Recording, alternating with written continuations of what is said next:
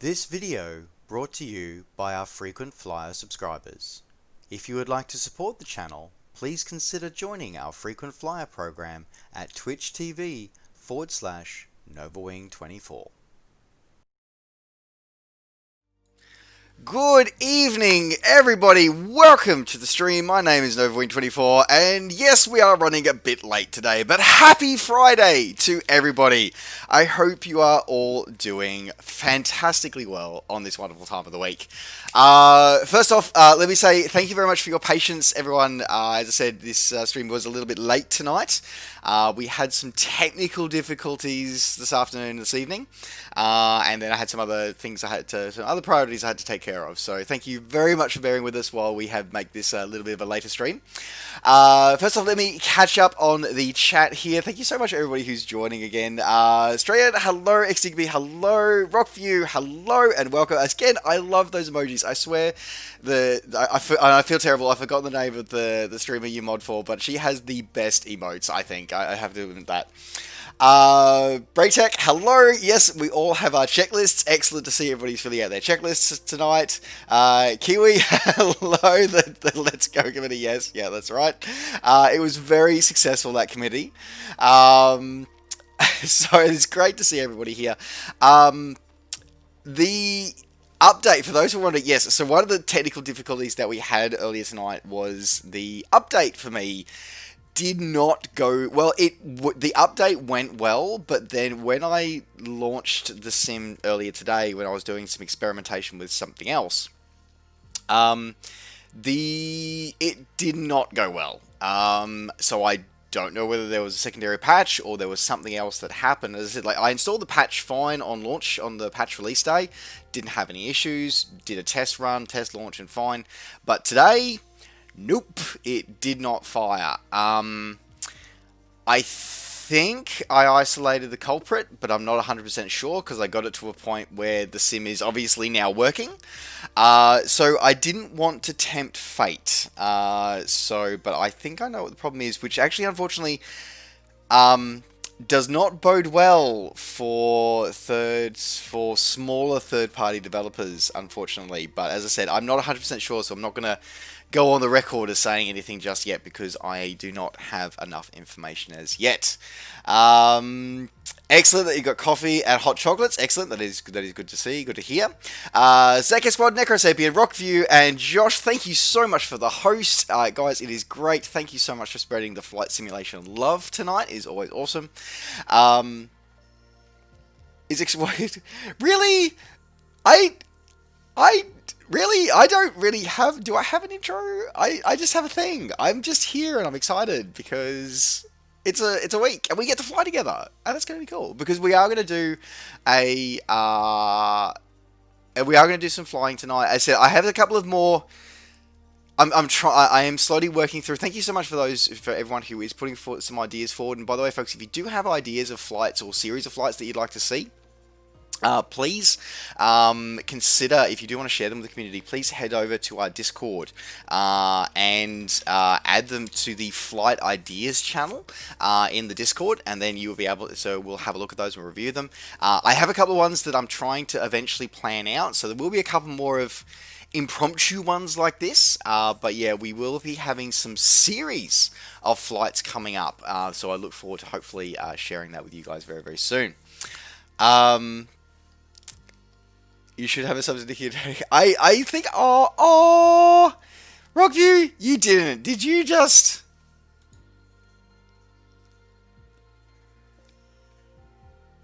Sir, dude, you're a legend. You are an absolute legend. Thank you so much. Oh my god, this is awesome. Thanks. Seriously, thanks very much, XCB. Thank you very much. I do not. So it's funny actually. Just taking a side sort of a side detour for a second here. There's a streamer that I watch. Her name's Mixity. And she talks a lot about mental health advocacy, which I think is something that is not talked about enough, just in general. and I was watching a stream she did a few days ago, I think, or maybe last week, about imposter syndrome. And it's like that one. I felt that one. I really do, because yeah, I'm just here for the laughs, and I'm so grateful and blessed that you guys think that you guys are awesome. So, because you guys are awesome, and I'm just here along for the ride. And thanks for coming along for the ride with me. So there you go. Alright, we should probably do some flying tonight. Now, we are going to fly... I do want to do a bit of bush flying. Can I say, by the way, actually, I discovered some stuff. I don't know whether or not... I'm just going to share this with you guys. You all probably already know all this. But I discovered, I think I thought these are new filters, because I know that the weather layers, like the clouds, has been there before. But I didn't realize there was a precipitation layer. Is that new? Or have I just missed it before? Because I swear I don't recall seeing this layer before. Like, that's cool. That's really, really awesome. Also, I really want to know the weather station that's giving that data for that hurricane. But anyway, so we've got that one as well as the cloud layer. And the other one that's cool is the wind effect layer. Like, this layer is so cool. So I actually use a resource very similar to this, but obviously in a web browser rather than on a sim. And I didn't realize this is here. I'm like, yeah, I swear this is a new feature. Exactly, Rock. I swear this is a new feature. I mean, I didn't see it in any of the data, but I did a review of settings and stuff, and I swear I didn't see this when I was doing, because that's why I didn't really include this map view much in that video, which, by the way, I need to finish the multiplayer video, by the way, for doing this one. But the wind effect, you can actually monitor the winds and the wind speeds at different altitudes. So this is the high ones, and then you can drop down through, so this is like your sort of mid-low altitudes, and then your ground level winds as well. So we can see, for example, that it is crazy windy, and it's going straight through the bite down here. So we can see that, it's fairly calm at high altitude, but as you get lower, you get through the roaring 40s down in the Tasman Strait, and that is actually, like, the winds down there are batshit crazy. So this is really fascinating, and I think really, really cool. So I discovered that today, and I really wanted to show it off to everybody. So yeah, there's that. That's cool. There you go. The wind effect layer, that's it. Yeah, that's cool. Okay, so it is new. But there you go. As I said, for me, I'd never seen it before. So it's a discovery for me, so y'all get to see it as well now. Now, where are we flying tonight? So I was thinking we should go exploring down here in Africa again, but I was surprised because I want to have a look at our fauna. Because we've seen birds, we've seen flamingos, and we've seen seagulls, but we haven't seen any of the ground animals yet. So I figured that we're going to go for a bit of a safari tour tonight, so through some parts of East Africa. So we're going to do some of these safari tours tonight. So let's find some places to go. So we're going to go flying in something suitable for the area. Which, funny enough, a caravan is fairly similar. Has been launched. Okay, since there. Okay. Oh, well, there you go. As I said, I'd never discovered it before, so that's really great that it has been there since launch, and I feel kind of awkward that I haven't seen it before. But there you go. Striator, thank you so much for renewing your subscription. You fly my world. Well, thank you very much for flying my world as well, Striator. That you are a legend. Thank you very much, sir. Welcome back to the crew. Welcome to your ongoing journey with the crew here. All right, let's have a look now. I was about to say, do we go with the Zlin Shock Ultra, or do we go with... I think we're going to go with a Carbon, because I love the Carbon Cub. And I don't understand why the Cub Crafter's X-Cub is all the way down here when the other two Cubs are all the way down there. By the way, actually, I was having a chat to a couple in the community, in our crew, about this a few days ago. This setup of the menu for aircraft is not going to cut it much longer. It's really not. Like, it's already struggling. Like, at the moment, I only have the the aircraft that are default and ship as part of the sim. I don't have any add-on aircraft. So the fact that I'm already having, we've got 30 aircraft and I'm having, it's taking so long to scroll all the way to the other end, and they don't seem to be, well, I guess they're sorted by manufacturer. So it's kind of like, we need to have better ways of sorting aircraft. I think like these categories are fine, but even then, I mean, we've got 22 GA aircraft already in the sim. So I think that we need to find a better way of managing our in-sim collection, I think is what we need to do. Oh, that's never allowed capitals before, lowercase before. That's interesting. Alright, okay, that is very, very new. Okay, so that's our aircraft for tonight. We don't have a Beach 1900 in this sim as yet, XDigby. Or are you thinking of the... are you thinking of the King Air 350? Yep, no worries. We will do that for you. No problems at all. 1 second. Where is... what happened? What happened to my stream thing? Oh my god. So, okay, obviously y'all have heard that probably there was some issues with Twitch sort of doing ads and stuff. I don't know if you guys are on Twitter at all, but there was a whole thing that happened the other day about how they were there was things all about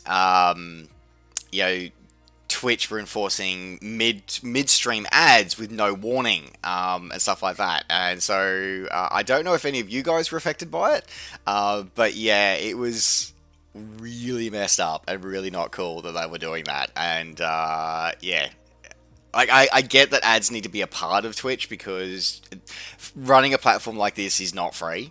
Like I get that, but at the same time, it's like, yeah, give us the controllers and you, the audience, a bit more control over that. D-Beams1, thank you very much for the follow. Welcome to the crew. Great to have you on board tonight. Hope you are doing well. Okay, so let's go for some beautiful flying. As I said, this is an incredibly beautiful part of the world, this one, having spent some time here myself. I'm also surprised that they've put all the animals here. I would have thought they would have been further south, personally, but this is because, yeah, this is because where are we? So that's obviously the flamingos, where the flamingos from the that'll be the ones from the of course the cinematography one. Let's have a look. What do we got? Airport starting here.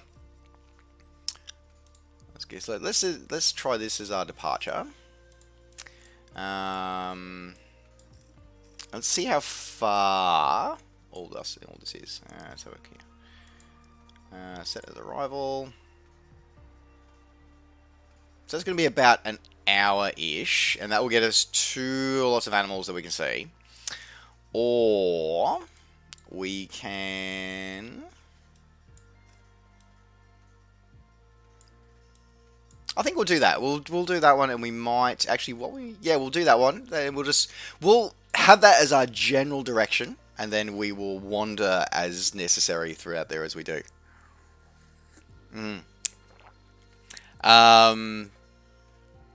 Yeah, no worries, exactly. Look, personally, I hope we see a Beech 1900 D come through eventually, because I love the 1900D. I think it's a great aircraft. It was actually one of the first payware aeroplanes I ever actually purchased, was the Carinado Beech 1900D. I think the first one was, I'm pretty sure the first one was the Carinado King Air 200, and I'm pretty sure the 1900 was the second one that I purchased. I love those turboprops.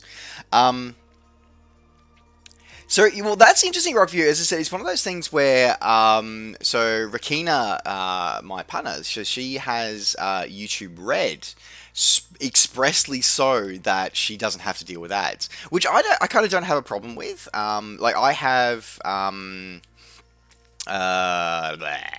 do you call it? D's are premium, so I don't have to deal with ads, and so I can have the offline features and stuff like that. So I don't have a problem with sort of platforms giving you that one as well. But I guess there's always that balance about how do you deal with people who don't pay for those things, but you still have to run the revenue. So I get, as I said, it's one of those things that it's a tough it's a tough thing to sort of manage, but at the same time, there are better ways they could have gone. Twitch could have gone about it, because that was just absolutely ridiculous. As I said, I see how they have to do it, or why they have to do it, but at the same time, there are ways to go about it, and there are ways to go about it, and that wasn't the way to go about it. His bottom line is what it was.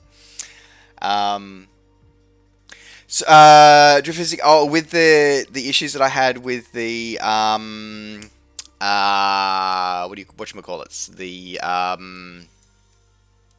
did we only get one? Actually, no, we only get one set of animals that way, don't we? So what we might do, actually, I just realised, we are probably going to put in.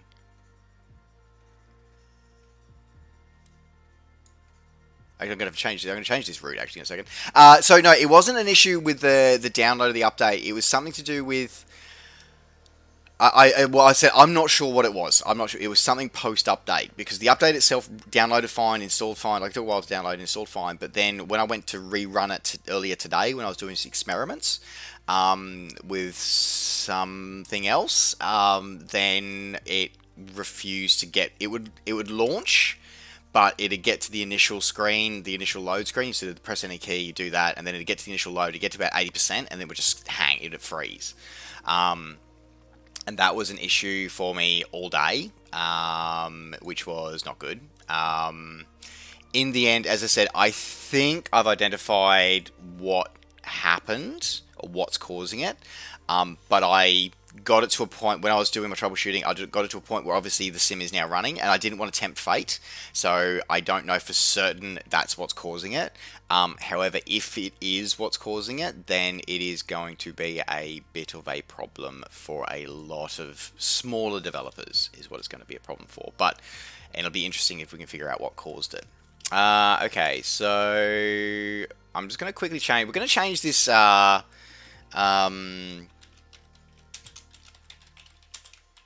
we're going to change this route, because I've just realised that if we do this route, it's an hour flying over some beautiful parts of the world, but we're not going to see all the things we want to see. So instead, I think what we're going to do, so we're going to clear that one. So instead, we're going to do that. And we'll do set as arrival. But we're going to add in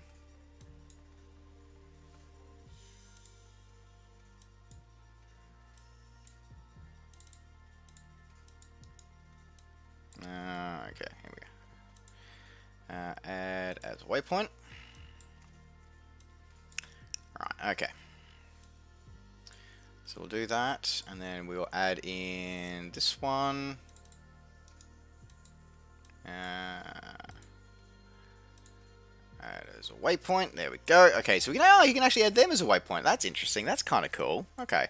So, right, so this gives us a couple of options for tonight. Now, of course, this aircraft doesn't have a it doesn't have autopilot, so we'll be hands-on flying all night tonight. So probably what we'll do is when we take our midstream break, we'll probably take it here at our middle airfield. We'll probably do that as our break there. So we're looking at around about 2 hours tonight, so about pretty much the whole of the stream.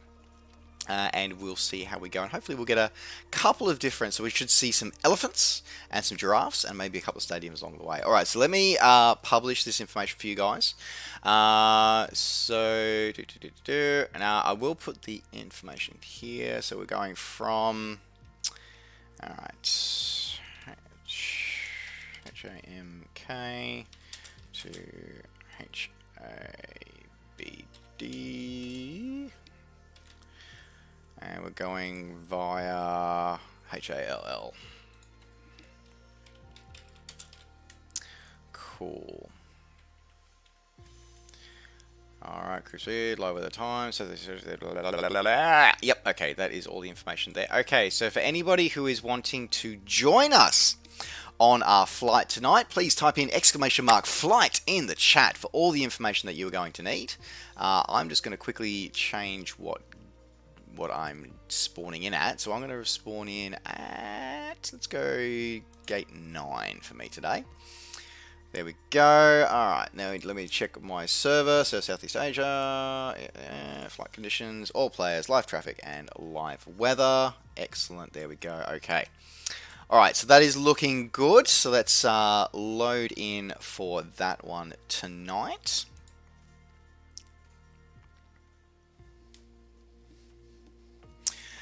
Drift Physic, you're still stuck on the update. Okay, mate. Okay, so Drift Physic, please make sure that there is absolutely nothing in your community folder. That is the one thing I cannot stress to you enough. Make sure there is absolutely nothing in your community folder. Am I keen for Sydney? It looks amazing. It looks amazing. Like Sydney looks absolutely amazing. I am nervous, though. I will be honest, I am a little nervous because one thing I found is that don't get me wrong, I love Orbic Cityscapes. I think that they are incredibly well done. However, they are not efficient in their use of computer resources, which is my concern with it. This sim overall is very it handles resources of your system very well by default. Add-in stuff, hit and miss. So yeah, that's something that I'm very conscious of and very aware of. So I'm looking forward to it, but I have my reservations about it, and I hope to be proved my fears. I hope my fears are unfounded, but it is something that I am conscious of moving into that one when I saw the announcement. To be honest, I don't think they got around I think they paid the commercial fees for it. Absolutely, that's right there. When's my next stream? So, next stream, so we've got tonight, and then we will also have the plan, of course, is that we will have another stream tomorrow night, on Saturday night. Is the next flight sim stream after this one, but we shall see how that goes. Okay, so we are running. By the way, folks, I didn't actually check my controls. Actually, I should probably check that as well, because where are we? Throttle GA. Hey, it's already set with the right GA point. There we go. That is good to know. All right, excellent. There we go. Good. All right, ready to fly. Probably helps if I reset my track IR. There we go. Okay. Alright. Now, see if I can remember how to start the carbon cub. Now, if I remember correctly,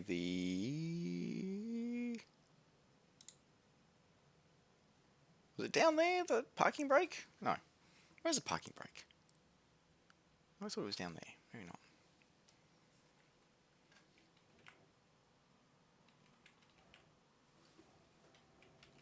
Okay, parking brake on. Just gonna keyboard shortcut for that one. Okay. And okay.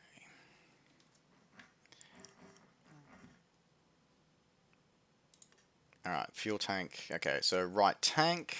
Now we're gonna have to make sure that we. Let's fill up with fuel because I'm gonna want to have a full tank of gas for this one. So we're going to need to go, battery master is set to on. Alright, and then we're going to need to go to, mixture is full rich.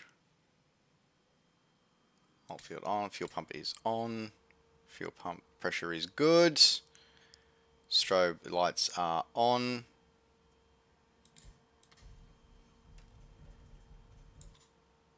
Okay. Fuel flow, throttle control, partially open. Prop is set to full. Cockpit. Alright.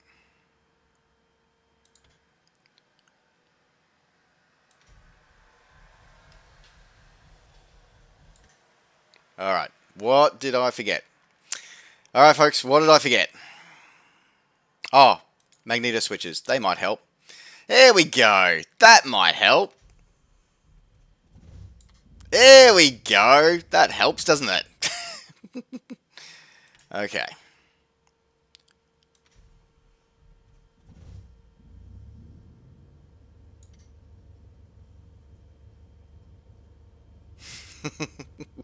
That probably does not bode well for a good stream for the night, does it? There we go. Okay.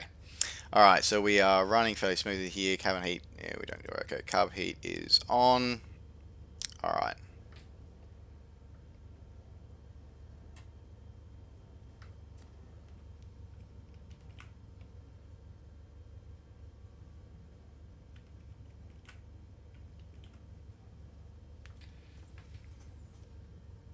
We are looking good. There we go. Okay, let me check my... Let's have a look at the Wednesday. Should be fine.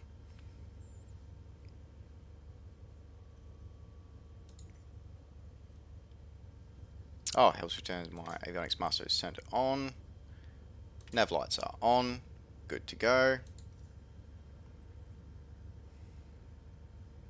Alright, we're going to taxi for departure to the south.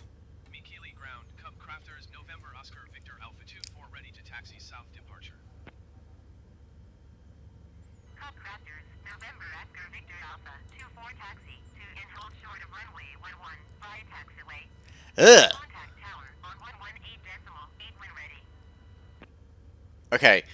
I'm happy that they've added in a female voice for ATC, but that was a terrible set of text-to-speech, that was. Ugh. Okay. Text to and hold short of runway 11. Okay.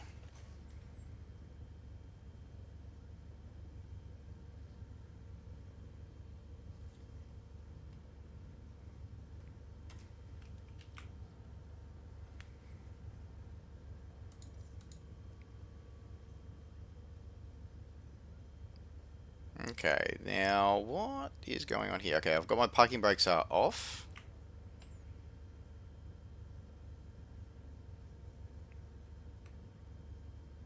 Now that's interesting, my RPMs are really low on this one.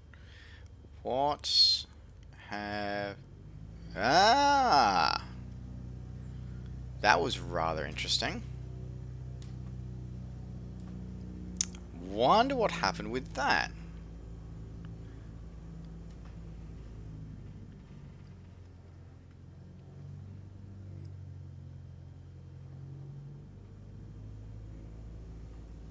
Okay. That was a very unusual set of that. That was... Okay, I'm not sure what's going on with my controls. I need to possibly check to make sure my controls have survived after the update, because that seems to be doing some odd things to my controls at the moment.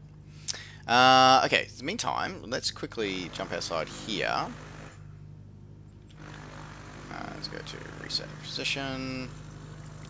Okay, so we're heading to runway 11, so we need to go behind us. Okay.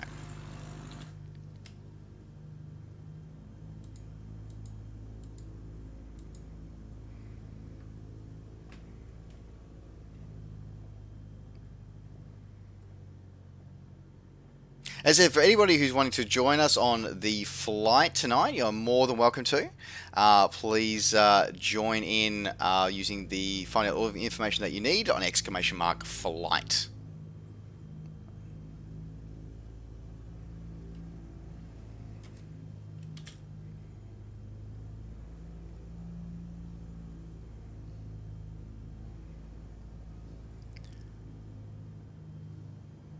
Drift, so you did get it installed, did you, Drift? Excellent. Yeah, I did read a couple of things as well, Rocky, that some of the controls were a bit messed up, and I think I'm starting to see that definitely myself. Oh, Rocky, I didn't realize you were away. I hope you have a safe trip back to your family, and I hope you're back with them very, very soon. So XCB, yeah, so this is the Track IR, so I see a couple of people have answered that for you in the question as well. So that's a Track IR active infrared receiver. So it allows, so I've got a little device above my monitor that looks out and lets me know basically tracks my head movements to allow me to use like the views in the cockpit here. The standard track IR system just uses it transmits an infrared light and it just uses a reflection. Or you can use, this is the Pro Clip, and this one uses a active infrared repeaters to go back to the sensor. So it's a bit more sharp, a bit more accurate. Some people describe it as poor man's VR. Personally, I enjoy it because I do a lot of video work and tutorials and things like that. I use it. I engage better with Track IR than VR because I still use flat screens and physical controls a lot more. I'm sure I'll eventually move to VR, but for now I am stuck in the 2D panel ways and the Track IR ways. So yeah, just seeing that the drift is installed. That's excellent. No, you're still trying. Okay, well hopefully it will be with you soon. Hopefully. All right, I'm going to taxi down to the end of the runway here.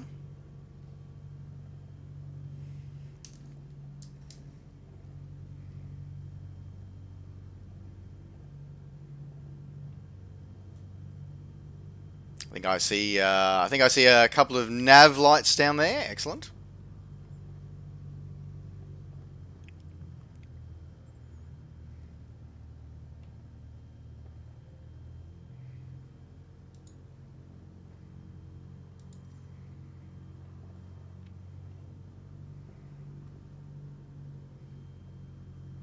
There we go.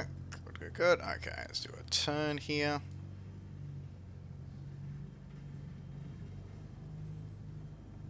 Alright, so line up here on runway 11.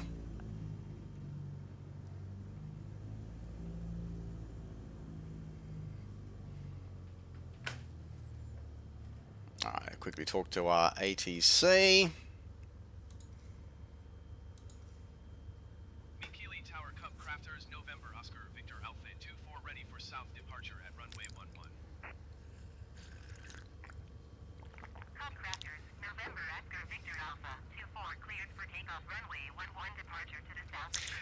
Yeah, I'm not okay with how they've implemented the Azure. I need to check that actually. Let me have a look at that.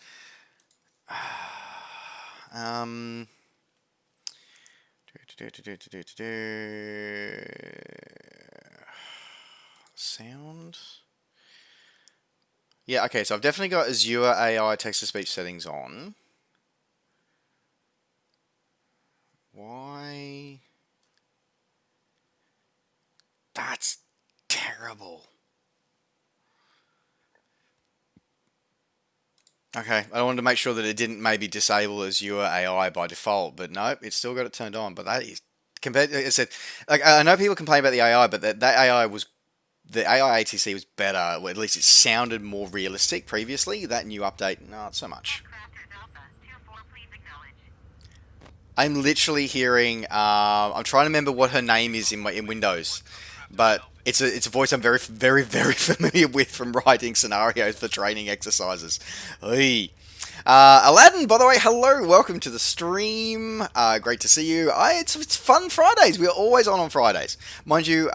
We may be switching genres at some point in near future Fridays, but that's okay. All right.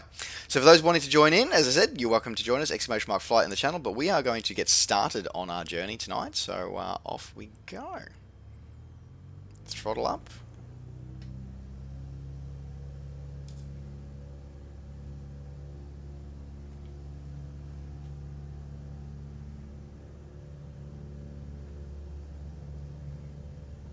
Yep.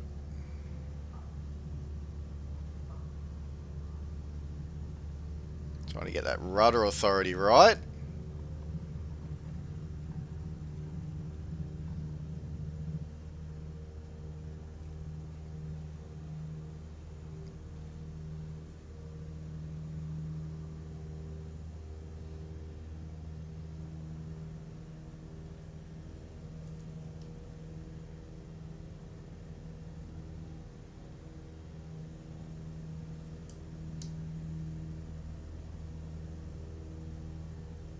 I love how the GPS waypoint that is actually put in is actually called Giraffe. That is actually really cool.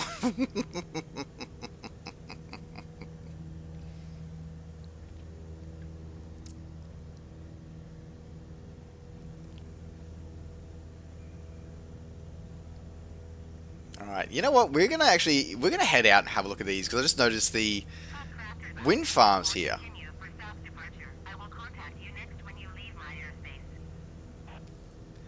That is that is. I feel like that's gone backwards. Like I'm listening to my pilot voice respond back, and I'm going, yeah, okay, that's fine, but that one from ATC, that was awful. Like, ugh. That is, I am not okay with what they've done to that. I am really not. Okay. I'm going to quickly trim this up a little bit.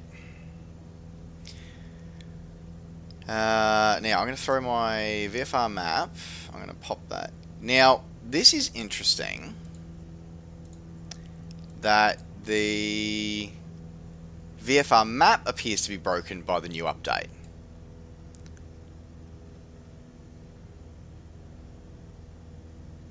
I thought maybe it was just because it was loaded off screen, but this map is broken. I feel that we're going to be lodging a few tickets out of tonight's stream, I think. Because with that GPS tracking marker on, it should be following me. If I turn it off, I should be able to move the map, and I got nothing. Even if I pop that out onto my other monitor, it's frozen on that point there.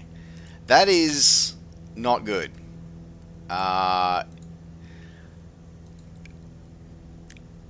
So I think this is definitely going to be a case of tonight, that this is going to be a case of that we need to... This is where we've talked about this before. We need to make sure that we lodge these discussions with our with the team at Asobo and Microsoft. But this is definitely where we have to hold them to account as well, in a respectful and positive manner.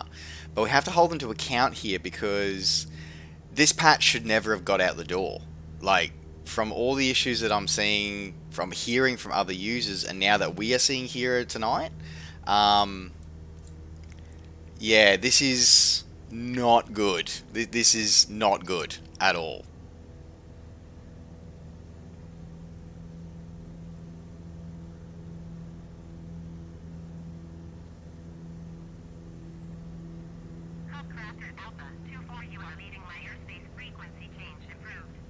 Let's sort of quickly have a look at these before we head south.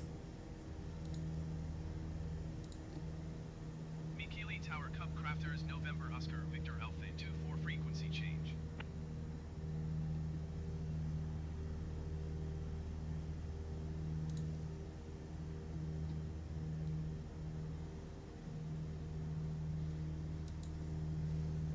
Addis Ababa Center and Cup Crafters. Oh, it's Addis Ababa, but anyway, moving on. Alright, let's zoom up.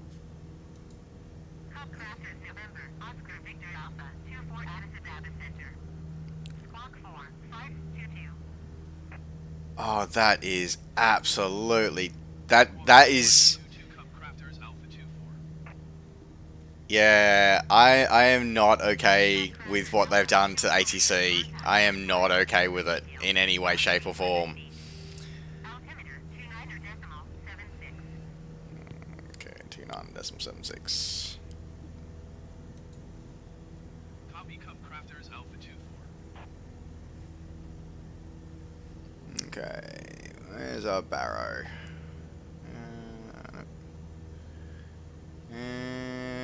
Uh-oh, don't tell me I don't have a barrow on my main PFD. That's going to be rather awkward.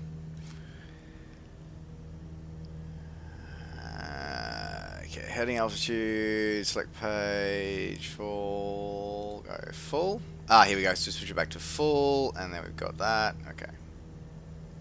2976, okay, there we go, that's good. And we'll go to split screen again, so we can see, course there, okay. Alright, so what we're going to do is we'll do a fairly low through here. As we're going to wander our way through these beautiful parts of Africa. So sorry, chat. I will catch up with you with when I can, but of course, because we are going to be flying hands-on the whole time tonight, I may be a little less engaging with chat than I normally am, but I'll do my best. I'll always do my best here. Okay.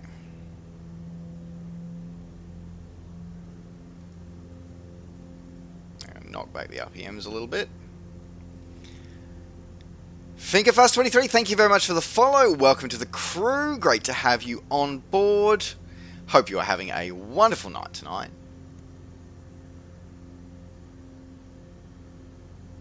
I still find it perplexing. Actually, we should also go back to Hawaii at some point. But I find it perplexing that the Black Shark AI managed to put the wind farms here in Africa, but didn't put any of the wind farms in Hawaii. I was like, how did it miss all the wind farms in Hawaii? Like, how did it actually miss that? Like, I really don't know how they managed to miss that.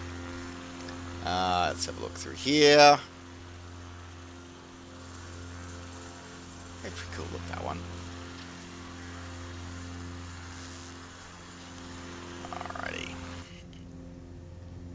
And it's great that even, there's one of those things about the AI, because of how the AI works and the autogem works with the AI, with the Black Shark AI, the fact that it actually brings to life these little regional, sort of remote rural properties, it actually still brings them to life, based out of the satellite imagery. Alright, okay. Josh942, hello, welcome to the stream. Great to see you. I'm just trying to reach for my off-screen, trying to reach for my water bottle because I saw the hydrate come up there. Thank you very much. Because I do need to make sure that I try to put some uncaffeinated H2O into my body because far too much of my water intake usually involves being caffeine flavored.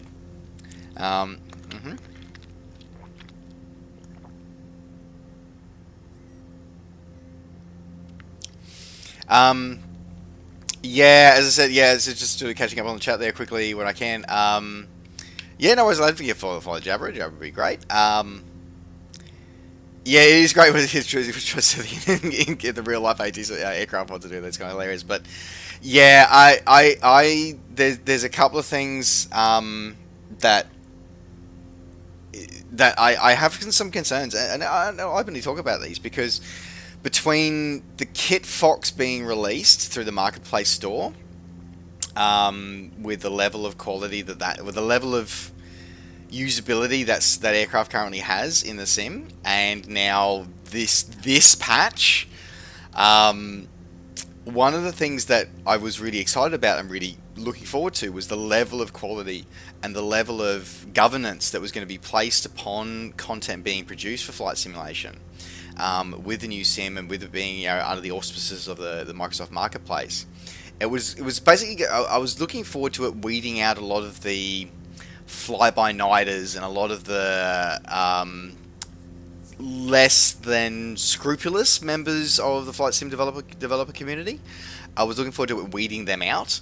Unfortunately, it seems that we've been a little let down by that lately. Now, look, first of all, I'm going to say that, in regarding the Kit Fox, I really hope the developer moves to fix the issues with it. But right now, everybody I've talked to has said that is unusable out of the box, which is most unfortunate. So, yeah, and now seeing the state of this patch, I'm sort of like, yeah, this... the launch was handled pretty well. This patch has not been handled well at all.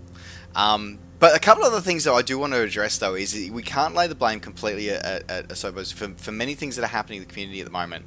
We can't necessarily lay the blame at Asobo's door. So one of the things that I mentioned before with our resident stunt pilot Drift, and also one of the things that I did to troubleshoot my errors, was making sure that you pull everything out that's not directly integrated with the sim, i.e. pull everything out of your community folder. So I did that to troubleshoot some issues that I was having, because I've seen people complaining about how now their A320 doesn't work and a couple of other things don't work, and it's like, okay, well, you're also not flying the one that ships with the sim. You're flying and don't get me wrong, the A320 mod that's kicking around there looks great. It looks absolutely amazing. But it's one of those things where if you need to not blame the sim for that, you need to work with and again, give the feedback to the mod developers and say, hey, obviously something about the base aircraft changed, you need to fix your mod. That's where it gets, and that's a responsibility of the developer.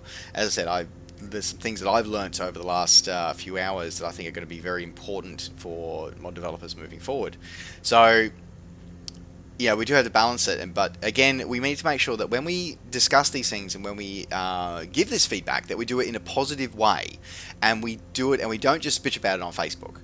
We don't just bitch about it on Twitter. That we actually do the correct thing. So what we're actually going to do is that once we get on the ground, probably our midstream thing is we're going to work together and we're going to submit some tickets to Asobo, because it's the case of that we need to do that, because that's going to be very, very important to make sure that they get the feedback that they need to be able to fix the issues that we've got.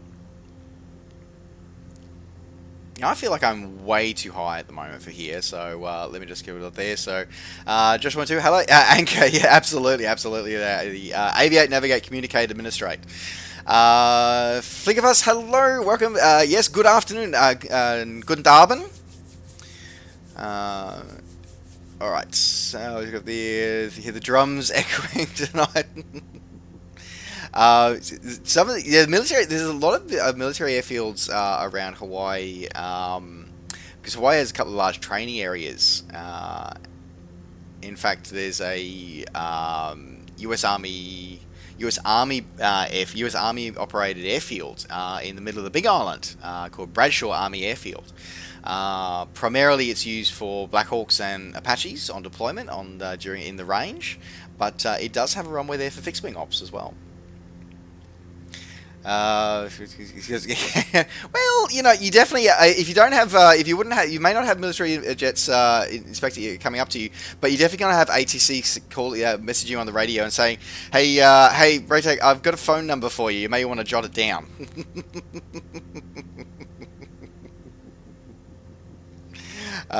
Dear. Drift Physics, thank you very much for the host of the channel as well. Great to have you sharing the love of aviation again tonight. Always great to see. Aladdin, if I see that, I will report them for breach of Google's fair use policy. Would be how I would deal with that, because that is a no-no. So we've talked again. I really, so I have a soapbox emoji. I need to find a way to get to buy more emoji slots or get more emoji slots, because I've got a couple more emojis that I want to give into emotes that I want to put in the stream here, because one of them is getting on my is a cat on a soapbox. Totally need to have that as an emote. Anyway, so people ripping off Google or any other developer or developer source to be able to put landmarks and stuff like that in is not okay. It is not okay in any way, shape, or form. It is genuinely not. It falls in the same category for me as grabbing a legacy FSX package and trying to bash it into this new sim without even testing it, without getting the permission of the original developer, or without making it compliant with a new sim. I am not okay with it, and if you have a site that if you advertise a link for it, it will be deleted and you will be muted or banned. It's just, I am really not okay with it.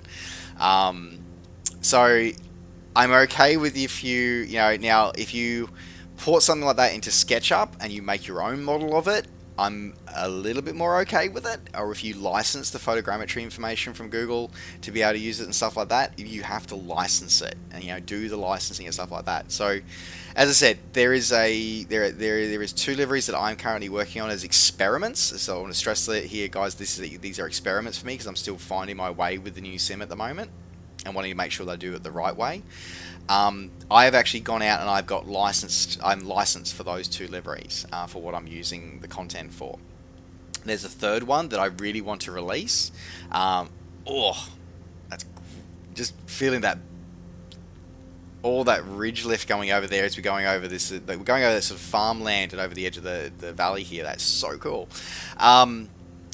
So there's another livery that I want to do to bring over on the Cessna 172. But I'm still waiting to hear back from the department that I need, for the entity that I need to license some of the material from. So I'm still waiting on that. So that one is on an indefinite hold until I hear back from that one. And if I don't get the permission to release it, then I won't. So it's sort of, I'm very conscious that we all need to go about it the right way. So flight simulation has very much changed, rightly or wrongly. The global, the corporate perception of flight simulation has changed in the last, probably the last 5 to 10 years. It has changed. It's no longer seen as just a bunch of guys playing with computers in their basements anymore. It's suddenly now seen as you can actually have a media presence, and it can have both a positive and a negative impact on a brand.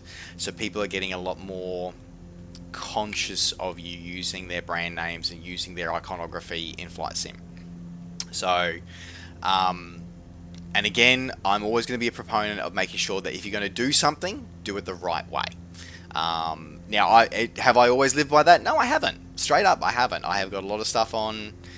There's stuff on my website and stuff that I've released that is not necessarily authorized. However, the vast majority is, or the entity that controls that licensing has surrendered it and moved it into public domain. So, but as I said, have I always followed that policy? No, I haven't. But as I've gotten more experience and as I've developed more and grown more, as a developer, as an artist, as a member of a global community, that I have taken steps to make sure that I hold myself more accountable, and I'm lead by example with that kind of stuff as well. Recently, for example, on my YouTube channel, I was made aware of an issue from a video of mine from a news video that I produced 2.5 years ago. The copyright owner of one of the videos that so for those who don't know, I produce a weekly summary video of all the new releases in the simulation world, which covers flight simulation as well as train sims, fishing simulators, sports sims, you name it, I cover it. There was a individual who noted that that their video was used without their permission. I maintained that I only used it because it was used by that particular developer as a promo video. But at the end of the day, the individual in question said that it was they made it as their personal project, and they did not make it. They were not paid to make it by that company. So if that company used it, then so be it. But I didn't get permission for him to use it, so so I've gone down and I've taken that video down, or rather, I've edited out that section of that video now. So and a few years ago I wouldn't have done that, but I have done that now because at the end of the day, that's so cool that it actually models that wind through that valley. Anyway, but that's what I always talk about. It's always about holding ourselves accountable and holding each other accountable. So, from this patch, are we going to hold Microsoft and Asobo accountable? Damn straight we are. But we need to make sure that we do it in a polite and respectful way. Yeah. Does that answer the question about that? That question was really about Google as landmarks, wasn't it? So we kind of went a bit sideways to get back to that, didn't we? We kind of did a little bit. Let me try and catch up on chat here after that little... Let's go reset the position. There we go. Catch on that one there.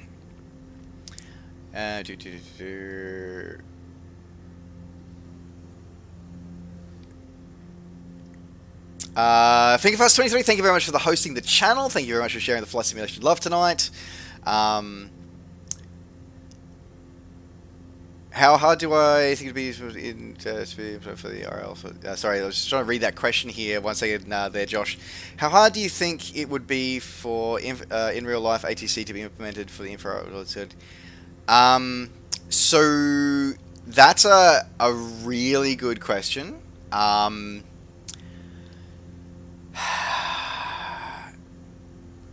the issue is that the time lag varies country to country.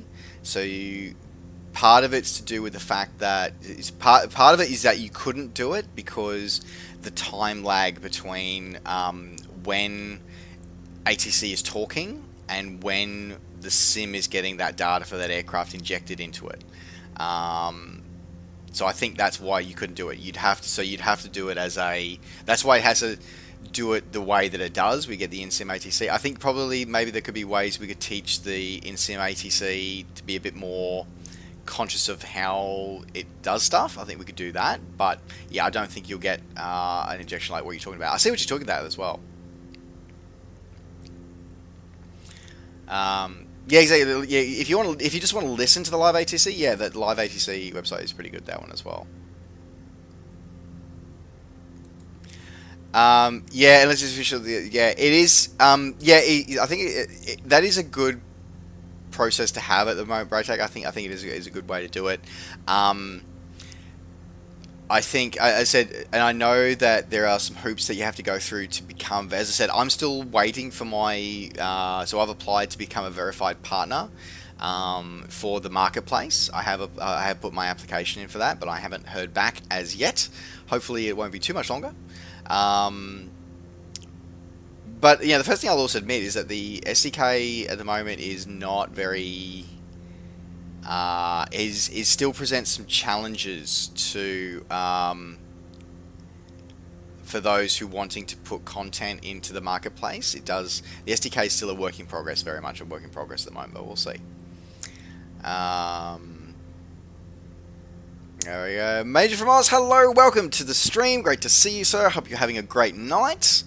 I don't know, Rockview. I think I've unlocked them all at the moment. I'm not sure. Because I'll be honest, the Twitch emote thing still confuses the hell out. I'll be honest, it still confuses the hell out of me. I'm so woefully unprepared to be a Twitch affiliate. It is not funny. Like, I am so woefully underprepared. I think I have. I think it's 5. I think. Let's have a look. 5. Yeah, I think I've got 5 at tier 1 and 1 each at tier 2 and tier 3, I think is what I have at the moment. So if that means anything to anybody who knows more about Twitch than I do, I think that's where I'm up to with that one. Yes, unfortunately, Rockview, it does mean you have to put the pitchfork away. I'm sorry, yes, you do have to put the pitchfork away. But as I said, we make sure that we have the conversation, because having the conversation is very important. Like, we do have to have that conversation, but as I said, we have to do it and make sure we do it in a polite and respectful manner. That it means that, because the other thing that we also don't want is that we don't want to discourage developers either. Ugh, come on. What's that? Trim was a bit high there. Yeah, we still need to make sure that we're not discouraging them too badly, but also making sure that we're providing the positive feedback, but making sure we don't annoy developers to the point where they leave. You know, we have to. It's a fine line that we have to walk. But again, a lot of it comes down to just be a good human. Like, you know, we need to be good humans. We need to be good humans.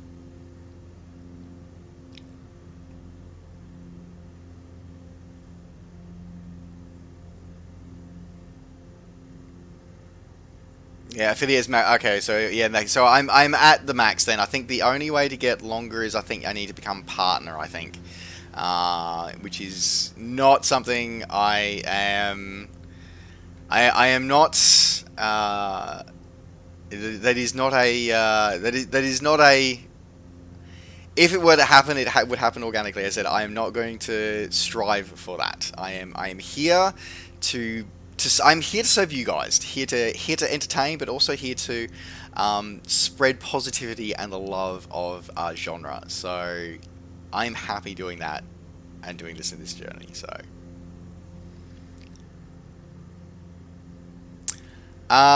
is landing it? So it is landing a tailwheel aircraft hard? So it's different. is probably the best thing I can say, is that the way you flare and the way you fly it is different. You don't. So with a tricycle gear, like a tricycle gear aircraft, tricycle undercarriage aircraft, you land with a main gear first. But that means the difference is that you are, instead of being nose up, you are level or nose down when you're landing in a tail dragger. Which can present its own set of challenges, because it generally means that you don't have the same landing procedures, because one of the things about tricycle undercarriage aircraft is that you essentially ride the stall. You hear the stall horn just as you come in, as your sort of wheels go onto as you touch down. With tail draggers, it's a little bit more. You have to fly it down, so you have to manage your stall and manage your airspeed on approach a lot more closely. To be able to do it. I'm still, to be honest, I still find landing tail draggers, I find them fun, and I find them challenging to this day. So I always enjoy doing them because they are so challenging. Okay, so I'm going to trim back up and climb back up to about 8,000 again.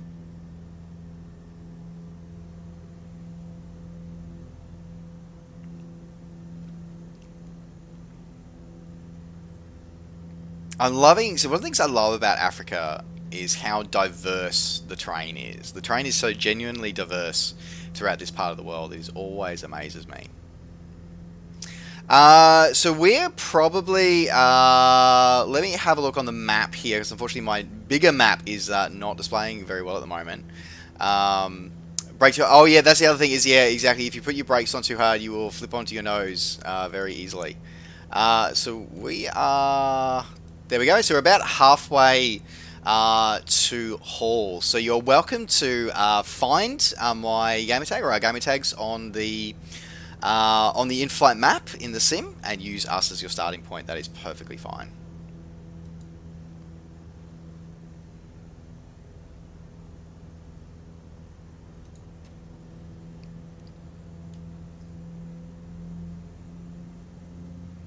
Okay, just trim that up a little bit. That climb going. Ride that ridge lift as we go there.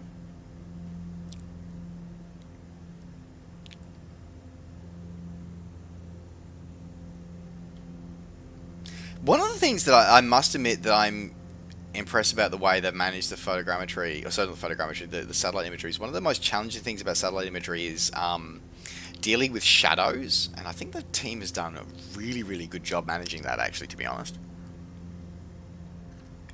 I'm not sure what your usual aircraft is, Josh. Yours is the DA62, I think?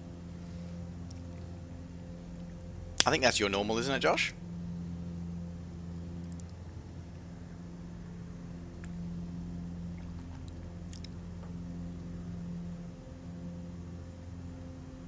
Yeah, so, well, I'm curious to see, actually, I just realised, that's a good point, actually, I just remembered to think about that.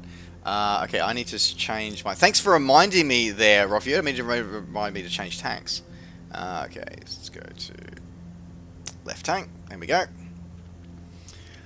was wondering why I was starting to get a bit of a left wing dip. That would be why, because the left wing is heavier at the moment because of that.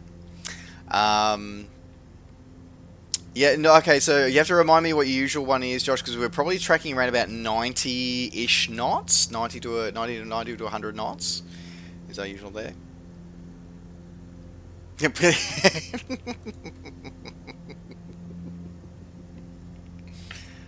Well, it's most appreciated. The pit special. The pit special, I think, yeah, you should be fine. I think that one cruises. I think that cruises about 95 knots, so I think you should be right. Alright. Now lean that mixture out a little bit more.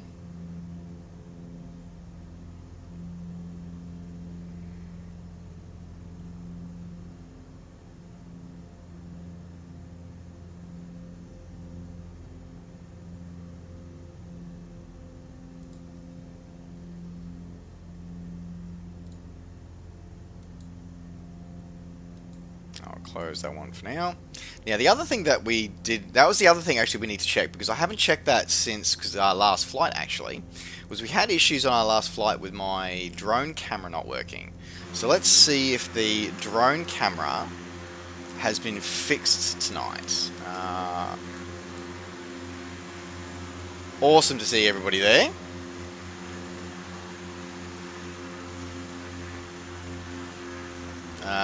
Wait, wrong one. Now I've got to remember. Oh, that's right. What's my? Because I'm also trying the Windows game bar tonight. Because I haven't used that before. So what is it? Windows Alt Print Screen. Okay. Okay. Okay. Need to trim that out better, because as I said, that was that's my left wing down from having my heavy wing. So let me get back onto course there for a second.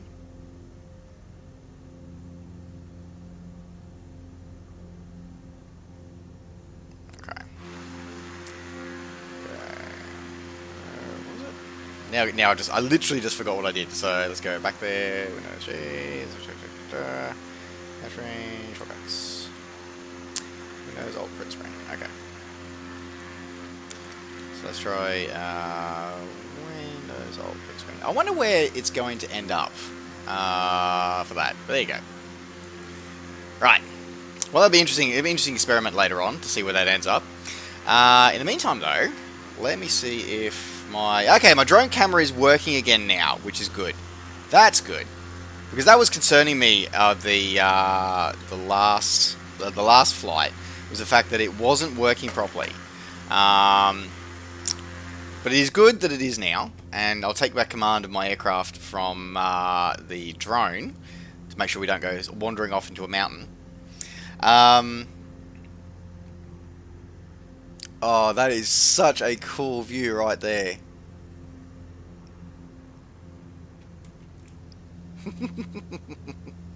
Thank you so much again, everybody who joins in for these community flights. It is such an awesome experience having people, and this is one of the things I love about this, is that we have this community, like, you know, being able to fly in these communities again. It is so important and so underestimated to be able to share these passions and share these events together. It's so awesome. 150 crews. Yeah, so if you've got 150 crews, you should be have no problem with that. Cessna 182, Cessna 172s or 182s or 152s will do fine. Your Zlins will not do so well. They are going to be too slow. But otherwise, your 152, 172s or your pit specials will be fine for these ones as well.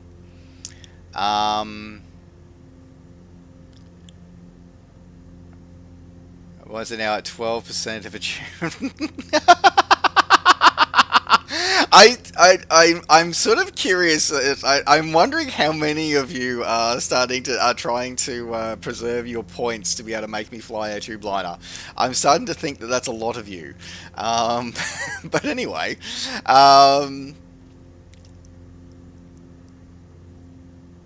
it's combined as a flight A320. Well, you know, there is, so it has been discussed at moderator level of possibly doing a community goal for having me fly something like that, but we shall see.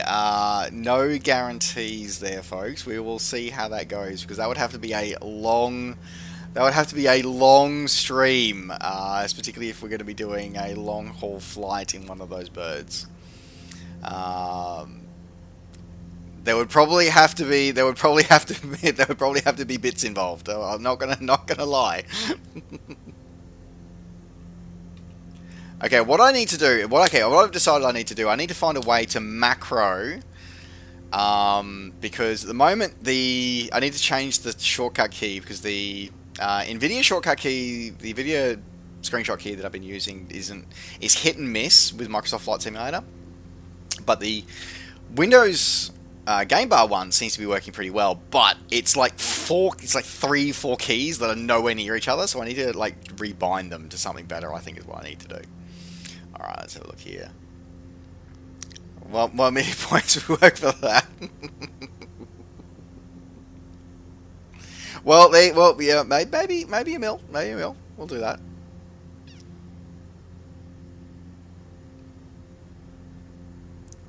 such amazing scenery that we're flying over. I feel like that we are way too high for these covers. We should be down in the weeds a bit more. But we do have a bit of a, oh, actually, I'm just having a look at the terrain map. So what we could do, if we went low, we could go around through that pass over there and flow around there. We could do that. Rather than try or go over the ridge. We'll go over the ridge in front of us, then we'll circle through down into Hall, I think is what we'll do. But we should apparently have some giraffes that we should be able to see fairly soon.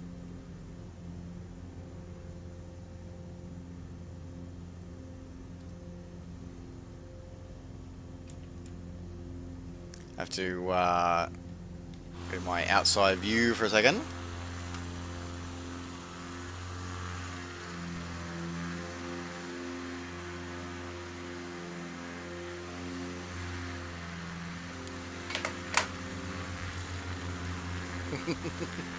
Oh, wait. Let's see if I can get a beautiful shot going this way. Should actually put it on one of the buttons on the... that's what I should do. I should make it a shortcut key on the... on my Xbox controller, so I can actually do all that while I'm actually maneuvering the drone camera, because that's usually when I'll be wanting to take screenshots, is when I'm going to be using the drone camera. So I think that's going to be a great place to keep eyeing that one for. Let's have a look there.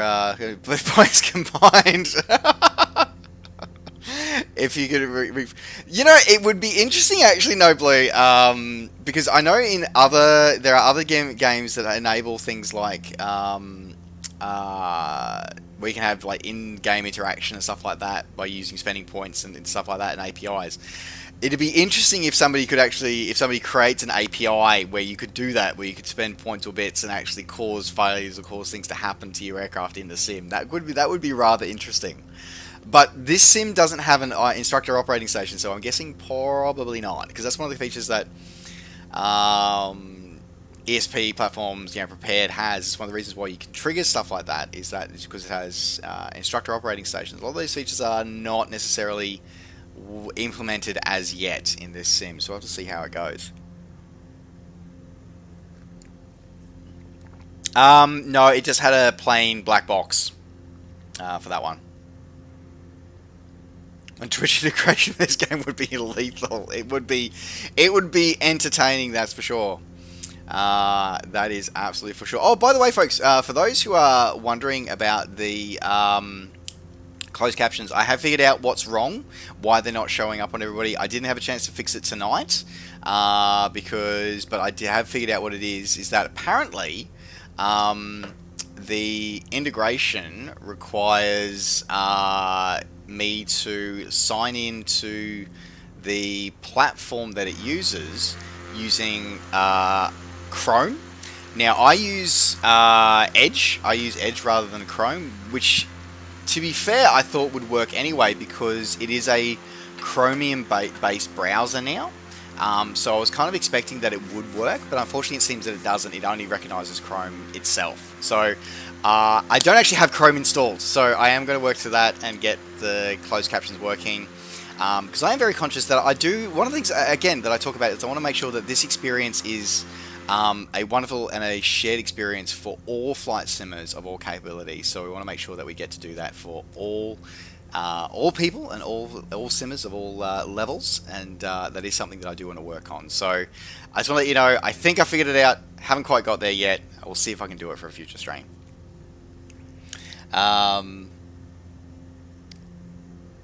If there is a thing to control the aircraft, 100 points, so 1 million points engine failure.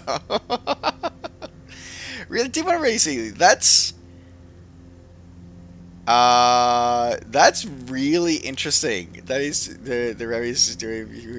The Rami is okay. I would be very curious to know how they are doing it and how they're integrating it. I'll be very interested to see that. Okay, so a little tangent down there. Now, one thing I'm going to quickly do is, because I can't remember where the giraffes were before or after this, I have a horrible feeling we may have actually already passed the giraffes. I have a horrible feeling. Because I think they were actually on the plains back either behind us or just in front of us. They actually, you know what I'm going to do? I'm quickly going to go into my escape menu. Go assistance, because I thought I already had these turned on, but let me have a look. Okay.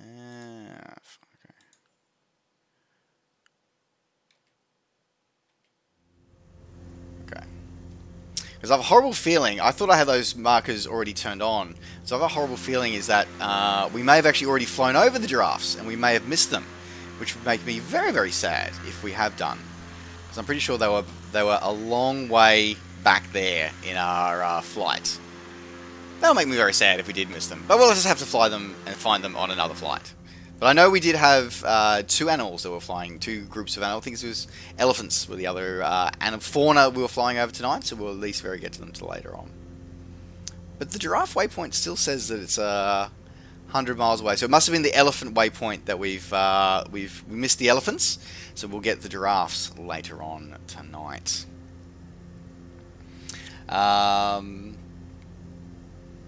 Yeah, it's interesting to see how the Rami is doing it. I'm not sure, but it's kind of cool. 10 points engine failure. I was going to say, I'm pretty sure if we're going to do engine failures, it'll probably be 666, 666 would probably be the number of points that you'd need to have for an engine failure. I'm pretty sure we're going to do something like that.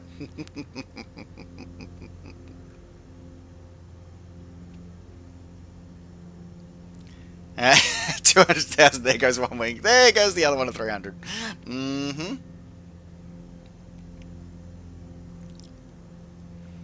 Alright, now we're now going to need to circle a little bit to get through this mountain pass.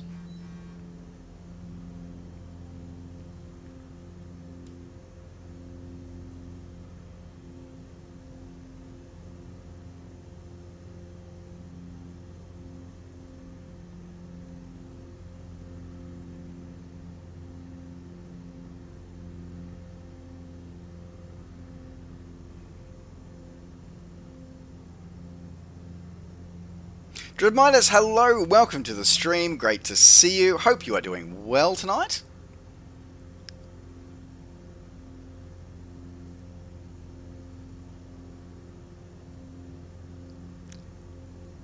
Yeah, no, but I'm not sure how they're using the commands. As I said, like those kind of API integrations are things that are I work with them.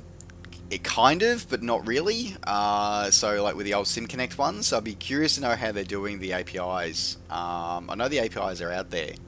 I have enough trouble dealing with HTML5 at the moment, and a bunch of XML for SCORM packages. So that's sort of my world these days.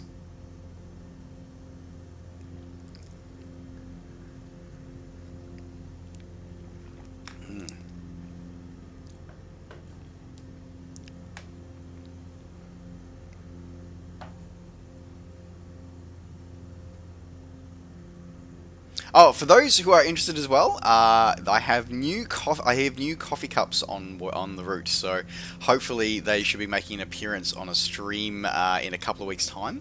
So look for those coming to a stream near you shortly. I know there was a couple of comments made about my coffee cups previously. I have new ones. I have new ones on the way, and I'm really excited to share one of them with you guys. I'm really, really excited to share one of them with you guys. Pops, hello! Welcome to the stream. Great to see you, my friend. Long time no chat. Hope you are doing well.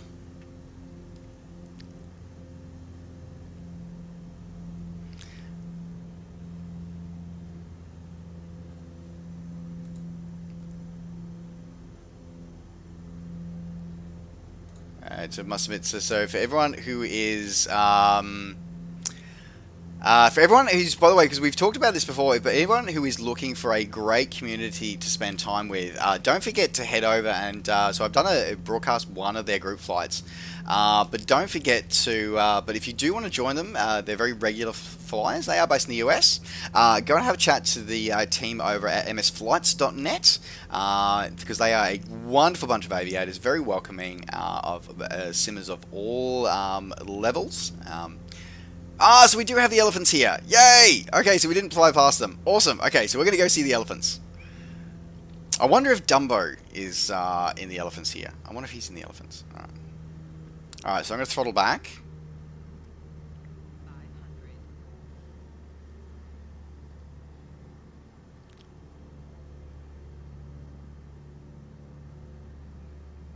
Alright, pitch down.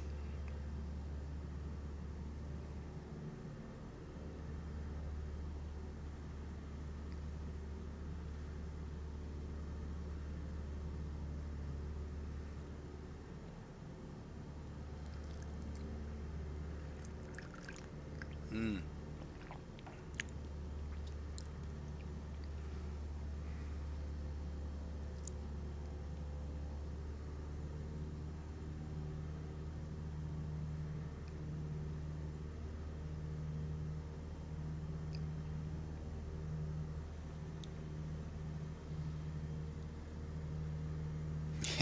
Dumbo needs a flight review.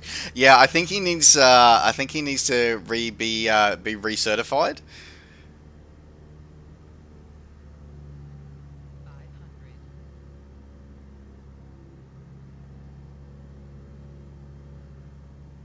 Alright, running over that a little bit, just riding that ridge lift through here.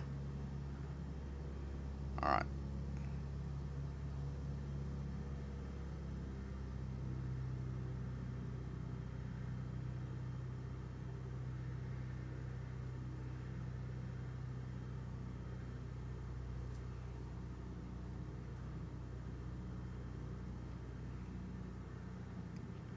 One thing I've noticed is that the mixture sort of change is definitely not as smooth as it was previously.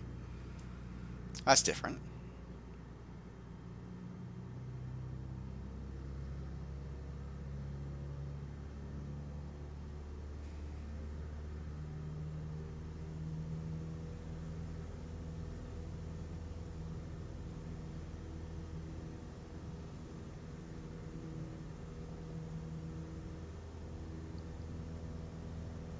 Yeah, the question becomes, I wonder if they're going to be in a place where we can maybe land and observe them, maybe.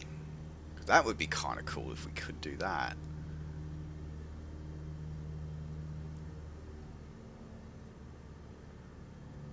Oh, it's like a mini...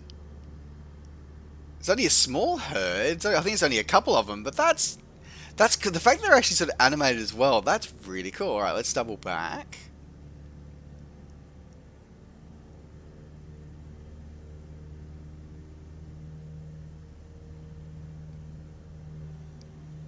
Oh, look, yeah, there's a few of them.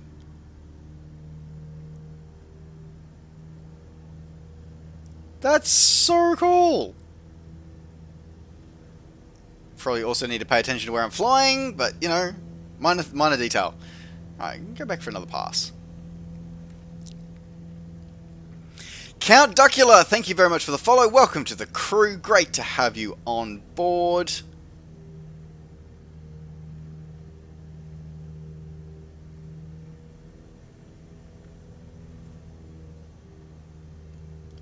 That's really interesting. Like the herd gets quite spread out as well. Like that's actually really well done. And it's sort of just that. I love to. So unfortunately, the SDK doesn't talk a lot about how to implement the animals at the moment, because I really want to. For those who might have watched my original first launch stream, I did want to. One of the things I want to do is I want to add those to the Western Plains Zoo out in Dubbo. I want to do that one. Pops Place, thank you very much for the follow. Welcome to the crew. I think that would be cool to add, but that's so awesome and so cool.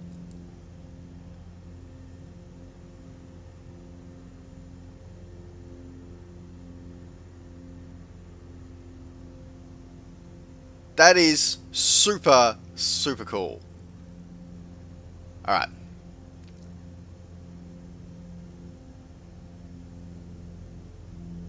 We're going to head on to our first stop for tonight, which is up in up at Hotel Alpha Lima. I'm going to go around the hill here. Actually, you think we're going to... actually, we're going to go this way along. We're going to follow the ridge line for a little bit. Paul Osborne, thank you very much for the host and spreading the flight simulation love tonight. Thank you so much.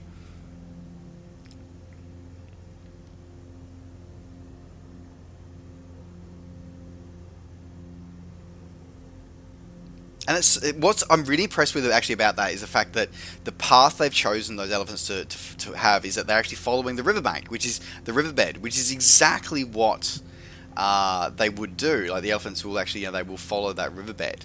So again, it's those little positives that I find in this sim that really, yes, okay, we've seen some frustrations tonight, but those are the positives that are so important, and it's really to me show how awesome this sim is going to be for the future. Alright, so let's have a look. So the airport should not be far away.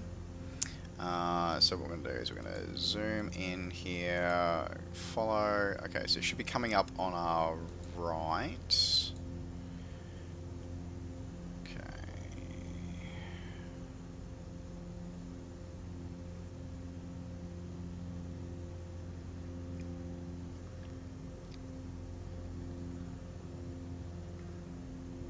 So I'm going to go follow over that ridge line.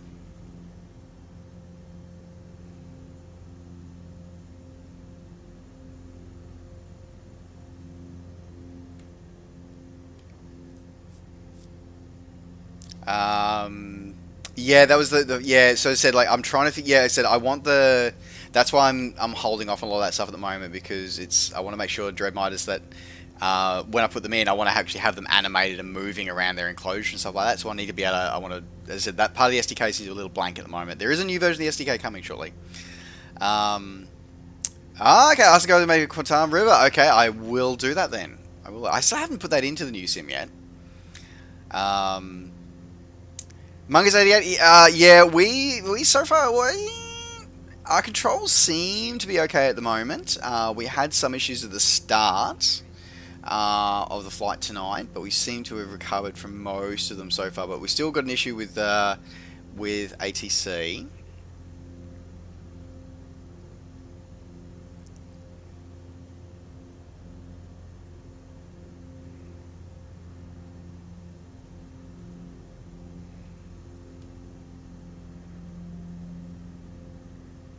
Okay. This is going to see here. So, first ran today because it was great to say the Cub Crafters is ex-Cub. Really? What's the issue with the name? Okay, I missed that one. I thought it was an ex-Cub. Xbox controller is detected and knows. Yeah, so it's a known issue with the sensitivity settings are missing. That is a known issue. The Xbox controller said my Xbox controller is being detected. So not sure what's going on there for yours. But yeah, definitely make sure you are lodging that support ticket. Absolutely. Cubcraft. Ah, right. Okay.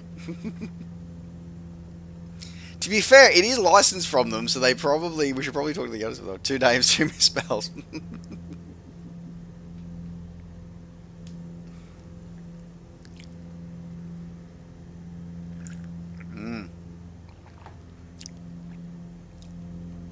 So I just want to see the Carbon Cub into this as well. I just love Cubs. Cubs are just awesome aeroplanes. They are such awesome aeroplanes. Okay. So, airport is on the other side of this ridge line, is our first stop tonight. And the first partners again.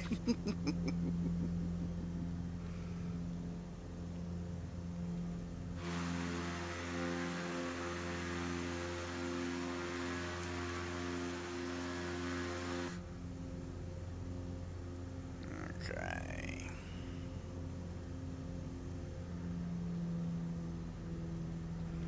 Let me just check to see if there's any wind. I don't think this unit has any wind data. It does not. Okay, that's fine. Definitely a lot higher than I was expecting us to be tonight.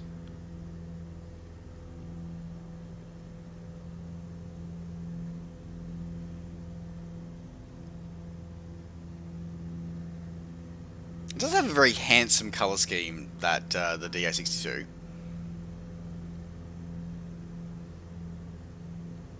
Alright.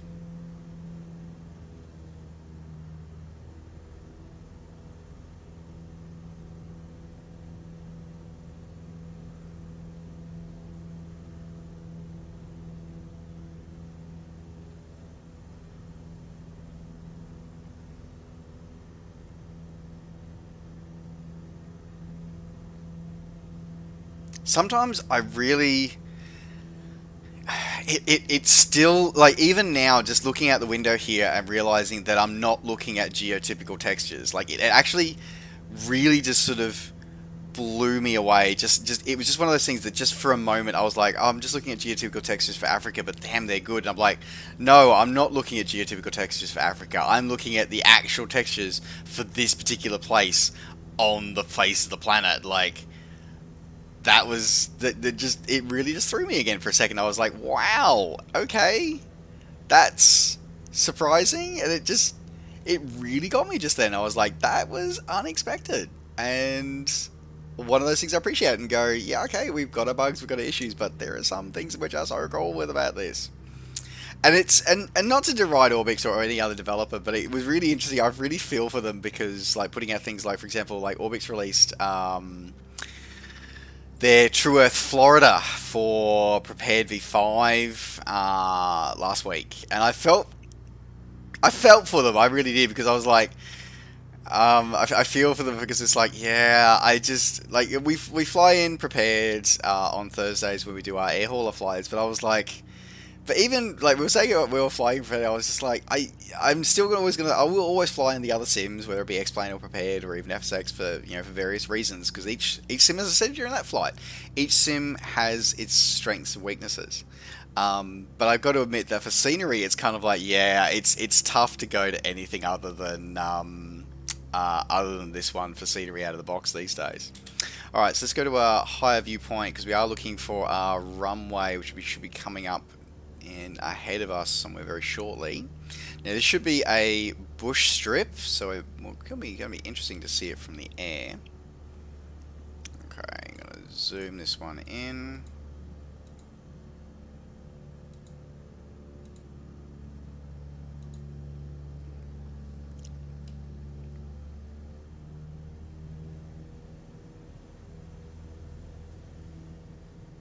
Black Wolves, hello, welcome to the stream, great to see you, hope you are having a wonderful morning.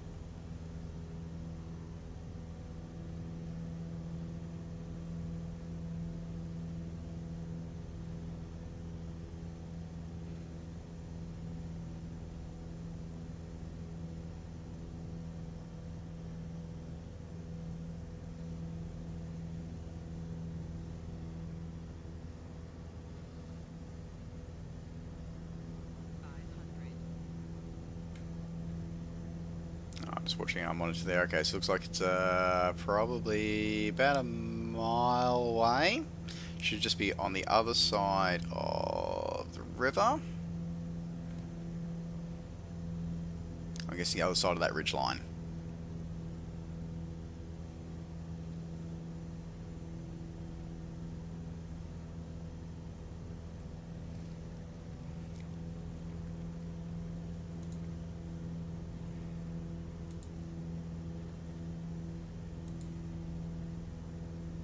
Oh, this is a towered airport? Really?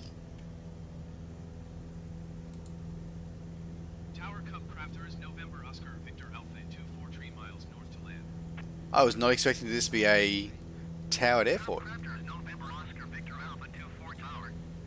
Make right base runway 10. Altimeter 29 decimally 210 tree at 4. Cup Crafters Alpha 24 cleared to land runway 10. 10 tree at 4. Cleared to land runway 10. Well, there you go. I was not expecting that to be a towered airport. So, okay, we are landing.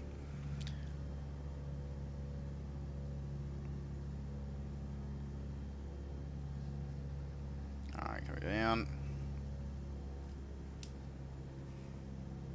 Ah, that one.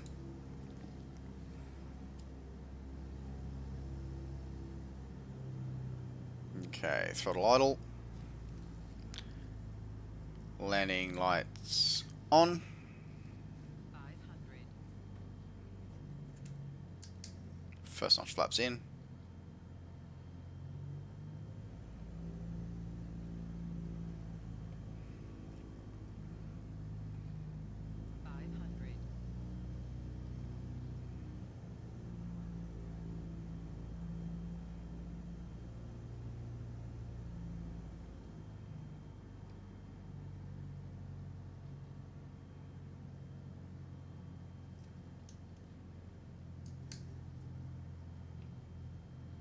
I feel that the aerodynamics actually don't feel as good. They've updated the aerodynamics of the aircraft, and I don't think that they're as good as they used to be. Like, I'm not scared. Like, we didn't get the sensation of the flaps kicking in, which we've had before.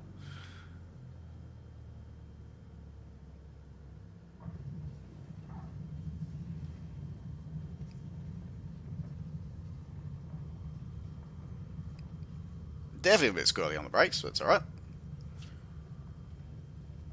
Cub Crafters Alpha 24 exit runway when able. Okay.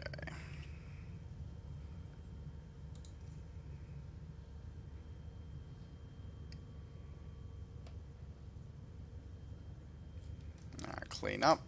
I feel that... So this is going to sound... Okay, this is going to sound interesting because I feel that they've actually dumbed down the flight model to compensate for all the people that were... And sorry for the language here, but all the people that were bitching and complaining and saying, oh, it's not realistic, oh, it's crap, it flies like rubbish, it doesn't fly like everything else. They've actually dumbed the flight model down now, so it actually doesn't fly right. It actually flew better before, and now they've made it more like it being stuck on rails like every other sim has been for the last however many years, because people who we have 0 flight hours have bitched about how they can't fly anymore because it's actually flying it like it does in real life. I am not okay with this. Cub Crafters Alpha 24 exit runway when able. Cub Crafters Alpha 24 contact ground on O&E 21.9er. Yeah, you know what? I think this patch has been a step backwards. I do firmly believe this has been a step backwards. I'm not okay with that. Alright, let's park up, and then we'll take a short break before we head on to our next, our final stop for the night. Taxi to general aviation parking using taxiway.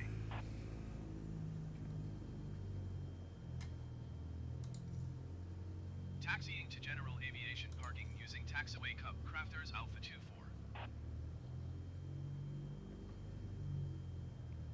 I'm assuming that's this dude over here.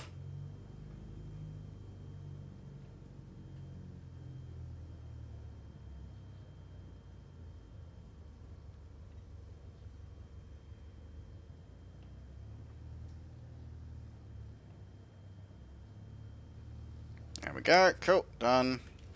Parking brakes is on. Mixture is leaned. Engine out. Prop down.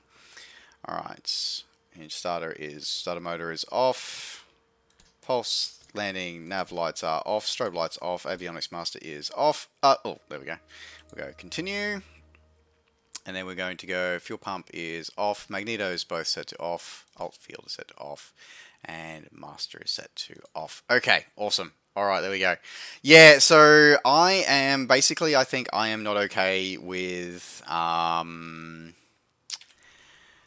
yeah, I'm not happy with this patch. I'm not. This is, as I said, this is the first time I've actually had a chance to really fly it, and I think that they've not listened to themselves. They've not backed themselves. They've listened to people who have 0 flight hours. They might have 10,000 hours in a PMDG 737, but they have 0 flight hours in an actual aircraft.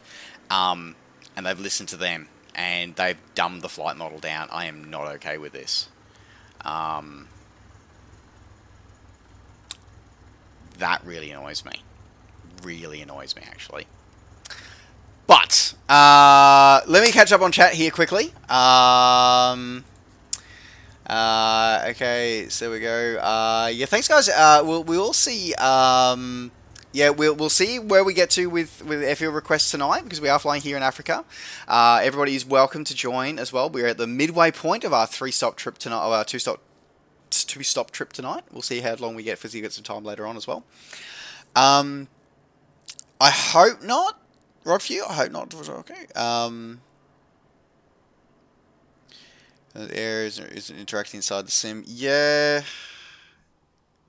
I haven't had that one as a, but I'm not sure. Not sure. Dreadminders. I haven't heard this one as It's not called. I haven't heard of that issue. So. Good night, Aladdin. Thank you very much for dropping by the stream. Hope to see you soon. Yeah, exactly. There will be some tickets going in tonight. There absolutely will be as well. The aircraft, the engine, CFGs. Interesting, Dread. Interesting.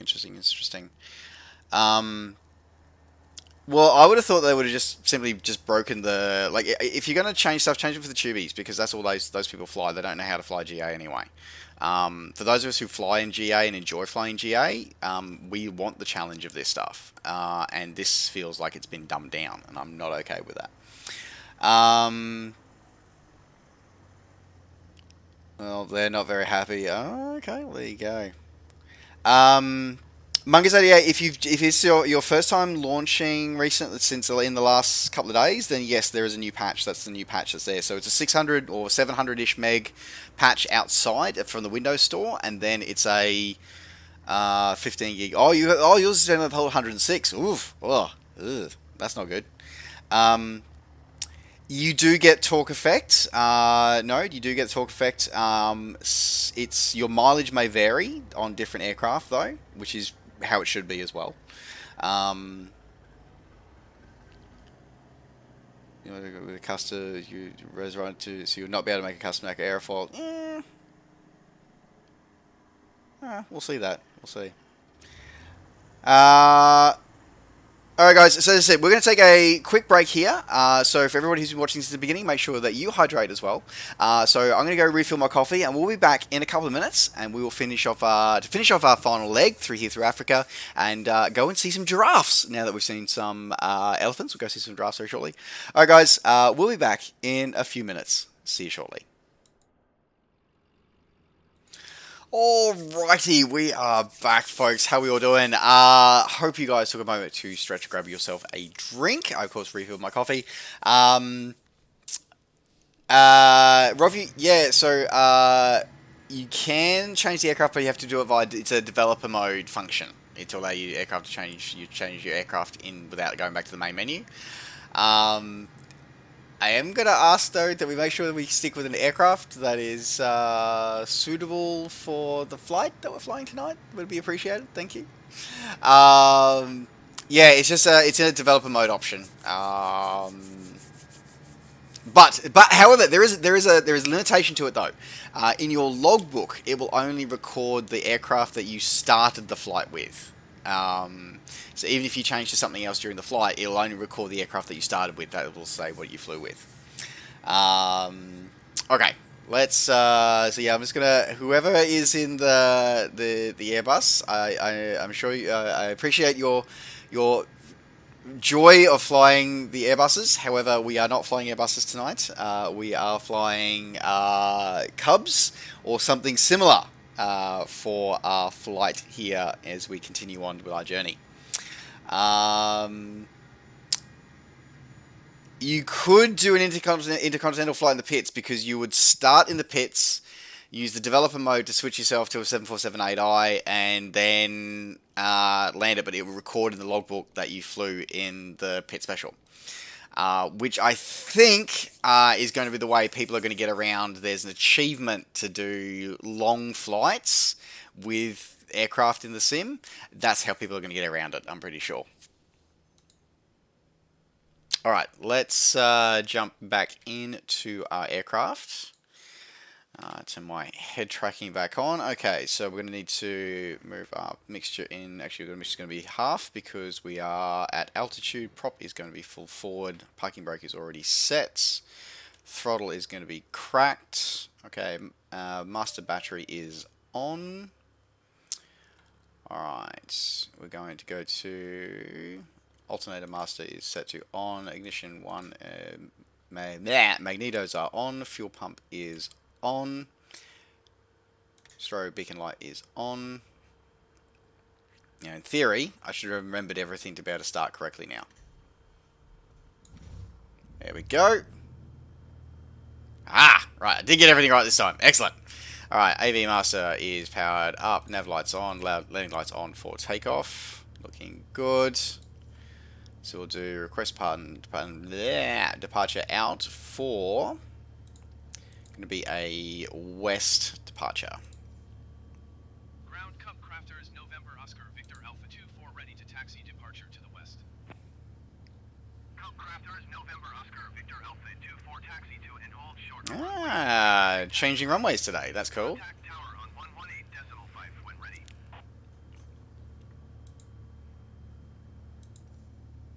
Taxi to and hold All right. short runway 28. So for those wanting to join us, please feel free to type !flight in the chat details if you're not already in the sim. For everything that you need, we are currently at our midway point, Hotel Alpha Lima Lima. We're about to depart there as we head west from there. Okay, I probably should have grabbed what my... Did he give me what the... 2982... So let me just quickly set that.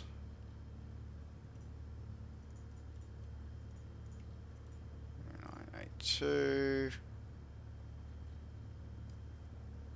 There we go, 2982. Okay, we've got a barometric pressure is set now. That's good. Okay. Yeah, I kind of hope the developer achievements are also not possible to develop on as well. I do hope that for that as well. I had a PC crash for sports control and sim crash from a throttle. Oh, that's not good. Ozbuffnatic, hello, welcome to the stream. Great to see you. That's a bit weird, Strayator. That's very, very strange. So yeah, I like setting it the proper way. I do some things I like for doing the proper way.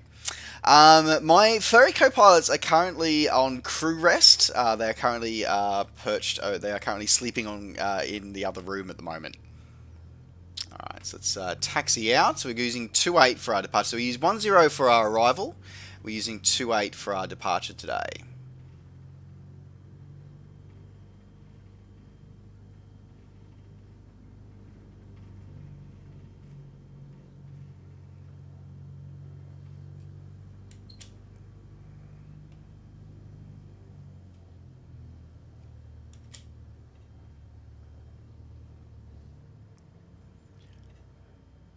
Oh, well, as I said, they are on crew rest. I don't need to refuel at the moment. I think I overestimated how much fuel that I think we were going to use. I thought we were going to end up using more fuel than we did. Looks like we didn't.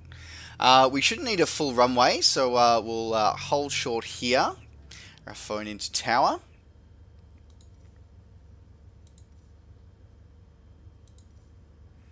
Tower Cup Crafters November Oscar Victor Alpha. No worries, Josh. We'll take a few moments to sip our coffee while we wait for you to spawn in. November Oscar, Victor Alpha 2-4 cleared for takeoff runway 28 west departure approved. Cleared for takeoff runway 28 Cup Crafters Alpha 2-4.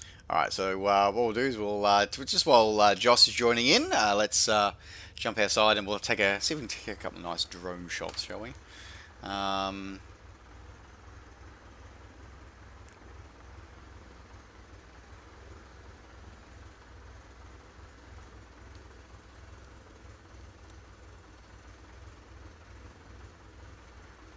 Really, actually, kind of pretty how this one is. I wonder why screenshots end up going when I'm using the game bar screenshot button. I wonder where they end up going. I didn't do the tickets what I said we were going to do. You're right. So don't let me forget to do it. Actually, let me just make a quick note here. So the tickets that we're raising tonight. Let me just make let me make a little note here. I have a little list. I have a little list of tickets that won't be missed. Okay. So tickets. All right. So let's. What are we lodging tickets about, guys? So we're lodging tickets over ATC. ATC voice not being effective. We're lodging tickets because the flight model changes or flap behavior changes to carbon cub. Not. I don't want to say not accurate, but do not feel as immersive. Let's say that. There we go. And just the overall the flight model changes, the flight behavior changes do not feel as immersive as they've done previously. Now we've seen the issues of Grand Question there, and of course we know the ones about the control curves. We know that one. Okay, so we've got ATC voice not just not working for anybody, and the flight model changes the flat behavior change, and flight model and flat behavior changes to carbon carb do not feel as immersive. What else? But we solved the one. It was user error. Was the barometric pressure one? So that was user error. Was there any? I think that were the only two ones that we've got left at the moment. I think. If we think of anything more that we can see during this video, make sure that we mention to us here. See, hours logging. Okay, that's kind of cool. Your ATC. Well, as I said, my ATC voice is working, but I'm getting this weird ass text to speech one, which is not, I think, not correct. Okay. All right. Let's. Oh, that's the one I need. Oh, front screen. There we go. All right. Cool. Alright guys, looks like everybody is here, so let's jump in and let's start off on our flight now tonight. So we'll move into place.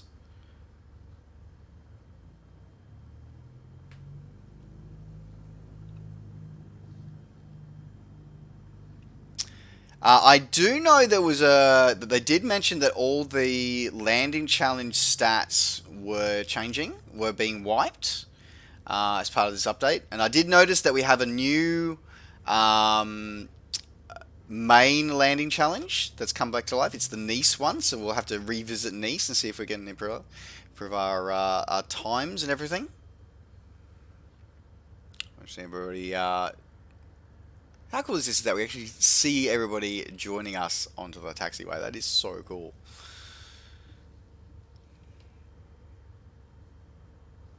Alright, so we've requested our position and our takeoff, so we are good to go. Alright, so that's fine. I'm going to use a 1 knot flaps for takeoff today.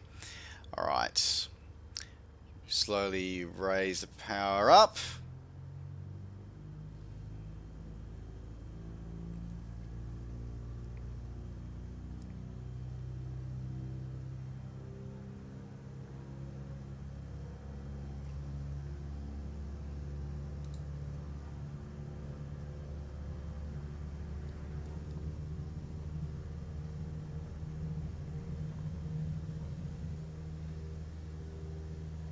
Now that's interesting. I've just realised it's just wiped my flight plan.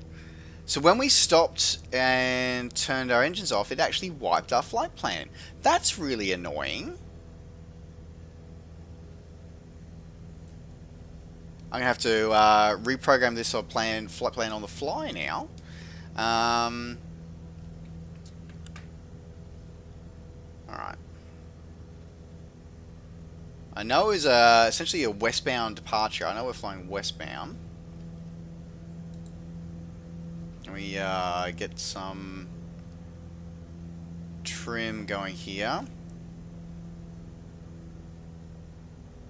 It's 24. Alpha 24, continue for west departure. I will contact you next when you leave my airspace.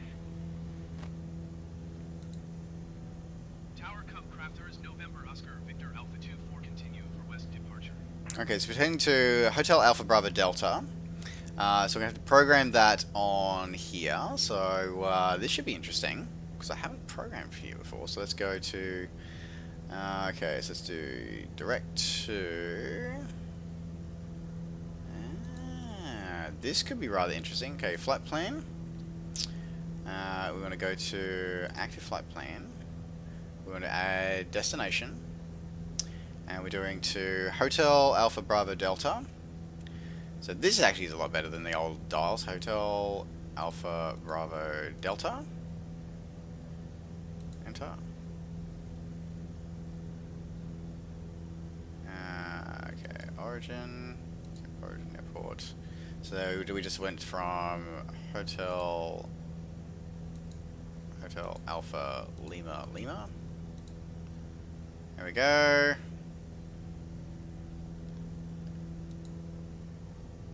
Origin, okay, done. Of course, add destination, Hotel Alpha Bravo Delta.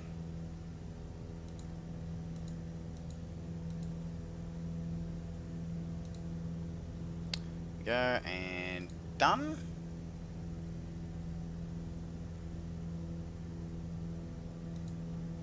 Okay, so in theory, okay, there we go, okay. So that's good now. So we can go back to our map. Okay. So that's kind of frustrating, actually, that... I wonder if that's because... So it means it's erased our giraffe waypoint, which is a bit frustrating. I wonder if that means it's because I triggered that... because I triggered the sort of end animation of the whole sort of, you know, you've shut the aircraft down, you parked in the parking space, you shut the aircraft down. Because I triggered that, it's then wiped the aircraft's avionics, which that's a bit annoying, actually. So there you go. I'm actually going to write that down as behavior that we want to see changed. Request clearance to transition Charlie airspace. Okay. Let's just finish doing this one.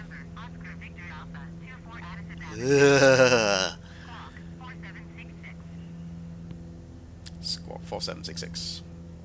Squawk 4766, Cub Crafters Alpha 24. Cub Crafters Alpha 24 radar contact 6 miles west of Hotel Alpha Lima 8,100 feet. Clear through the Charlie airspace. That is your AI is just that's Charlie airspace, Cub Crafters Alpha 24. that's no longer the Zero AI that's powering that voice. I feel that is definitely that's just the Windows text-to-speech engine that's powering that. Okay, so let's add that in as another issue that we're going to report tonight. So let's add that one in. So we're doing wiping of GPS flight plan when shutting engine down en route. I mean, in some ways, I suppose it kind of maybe, in a way, I suppose that maybe actually not necessarily inaccurate, because you're shutting the avionics down. So probably actually, somebody may actually have to, if somebody actually has an actual G1000, then you might actually find that that is actually the expected behavior of a G1000. Where when you shut the aircraft's avionics down, it does wipe it, and it doesn't remember the previous flight plan. So I suppose that is something that we have to be careful of, because it is expected behavior. I guess actually maybe I'm actually becoming guilty of expecting a behavior that I've had in a sim for so long that now that I'm not faced with the limitations of the sim and actually getting a more realistic experience, suddenly it now feels a bit weird. So I think I might temper that one a little bit until I've actually talked to someone who's actually had experience with an actual G1000 and telling me if that's expected behavior or not. Because if that's expected behavior, then I will not submit that one, because then I will happily own the fact that I am treating it as, because of all the hours I've spent simming, rather than the times that I've spent with, because I said I've flown one aircraft with the G1000 in it. And it was a Cessna 172 with the G1000 in it. Everything else I've flown has had steam gauges, or it's had a glass cockpit but a different setup, not a commercially available setup. So that's very interesting there. Braytech, good night, Braytech. Take care. We have blue side up. Absolutely, we'll do that. Okay, conditions off, so conditions are off. That's fine. Hello, fellow Nova Castria. Welcome to the stream. Great to see you. All right. Beautiful part of the world. It really is such a beautiful part of the world, this one. Okay. Well, hopefully we will come across the giraffes that are hopefully near this this destination we're going to. Hopefully we'll pass close enough to them that the trigger will, the property trigger will appear. Oh, that's kind of, what's that? What's that? Random building in the side of the mountain there, thanks to the Black Shark AI, always good. So yeah, I may hold off on that last one that I just talked about, because yeah, I think that's me being guilty myself of the whole I'm so used to simming something that I'm not looking at the real behavior of it.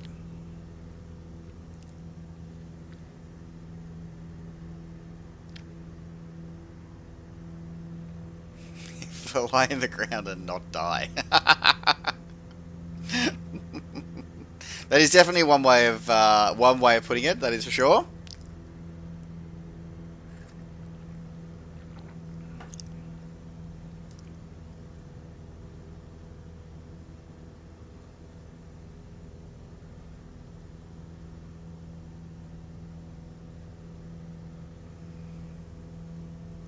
As we're hiring through this beautiful scenery here tonight.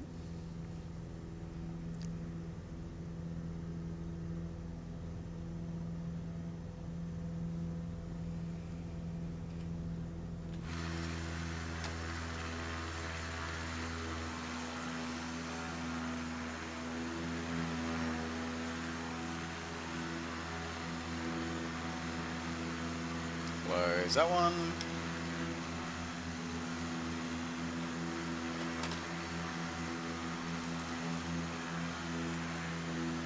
So great to see everybody here tonight and flying in here as well. As it is such a great, again, always talk about it, great chance to share these experiences. And as I said, always make sure that we have those positive interactions with each other and with our fellow community members.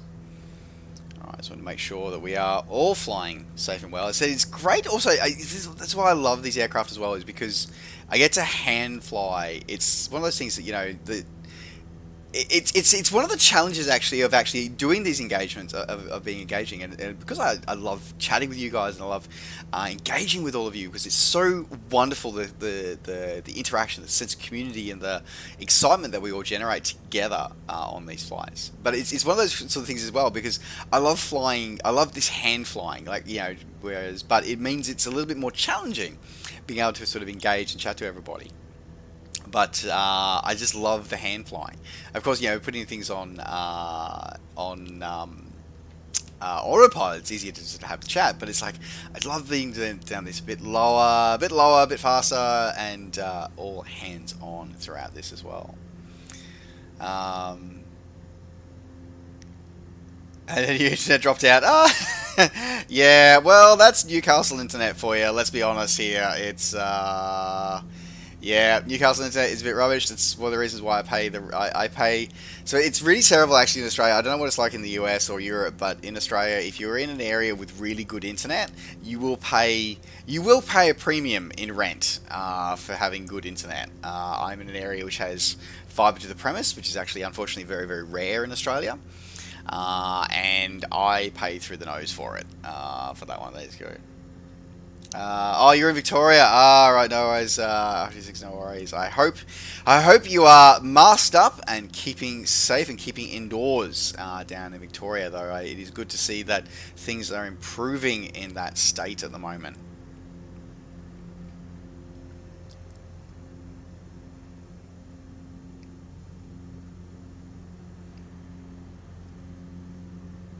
I'm going to be crossing out of that Class C airspace very shortly.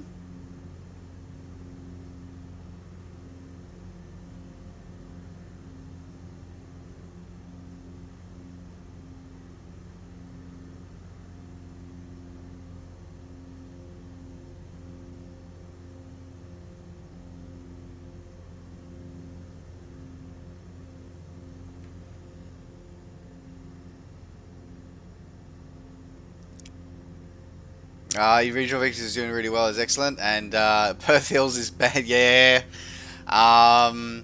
yeah. Perth's another place is a bit rough for the old internet. I know. I rotated through RWF Pierce for a while, supporting some programs out there, and yep, a lot of things. Mind you, I must admit that the sunsets in Perth are absolutely amazing. Always reminded me of sunsets in Hawaii, actually. Amazing sunsets. I always found it tough to get up in the morning though because the sun rising on the other side. Because I always found it tough because I've spent most of my time on the east coast. Living in Australia, I spent most of my time living in the east coast of Australia.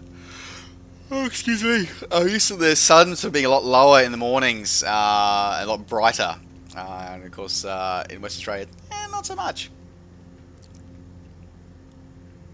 No active in case of Ballarat. There you go.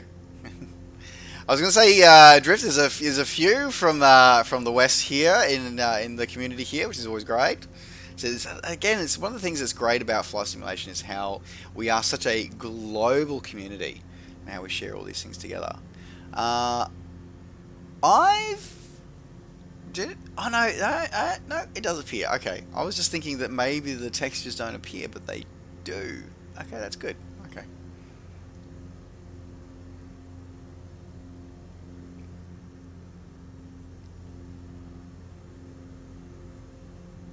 Now I'm debating which side of this mountain to go on. I think I'm going to go... I'm looking at...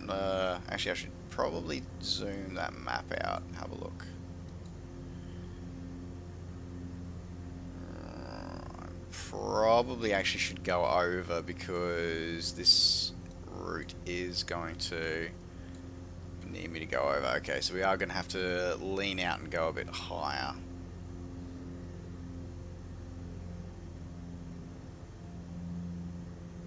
So we're going to start our climb now.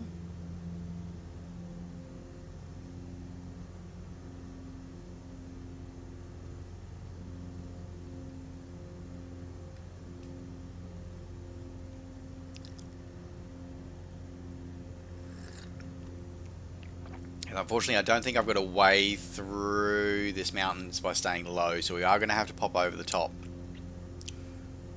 So pop over the top of that ridge. This one. So we'll start our climb now. Just a nice and gentle one.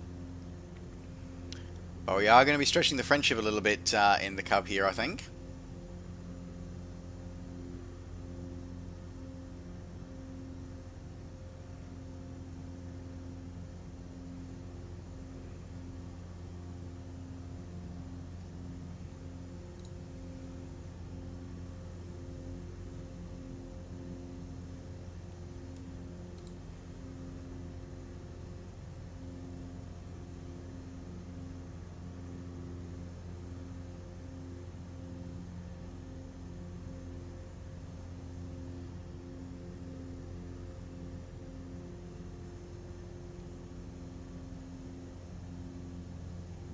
But I'm also very cautious of that weather starting to close in there, which is not something you want to see. So I am going to have to slide around here to the left a little bit so I can start to keep bringing up that altitude.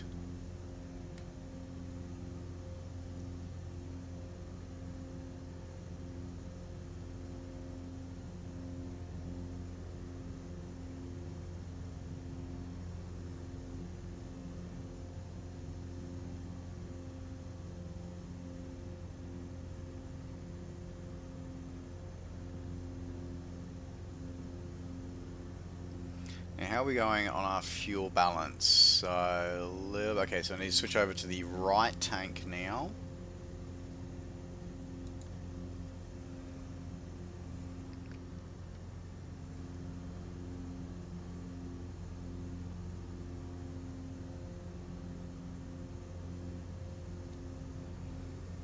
I was going to drag this across. Okay, so this is the highest point that we have for this trip, is getting over this mountain. So we're going to go over the top here. It's probably only going to be just, but yeah, we are going to go over we're going to go along the edge of this ridge here, keep climbing. But I'm going to be a little bit concerned about flying through that weather that's on the top of that peak, though.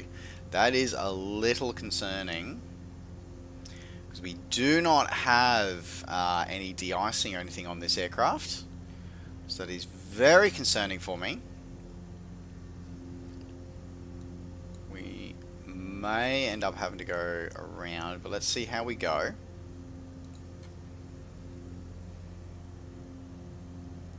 Now, I've leaned that mixture out about as far as I'm willing to lean it at the moment. I think we're sitting at around about 20. I could probably drop it a little, lean it out a little bit extra, but not by much.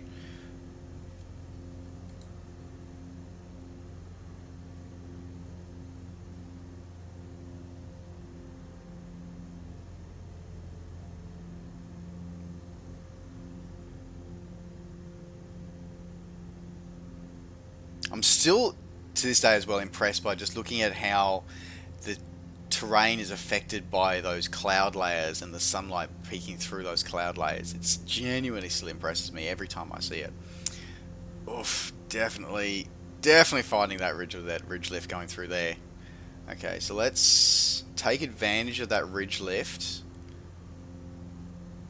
and have it bring us up over the top of the ridge line here. And we'll use that to help gain a little bit of altitude.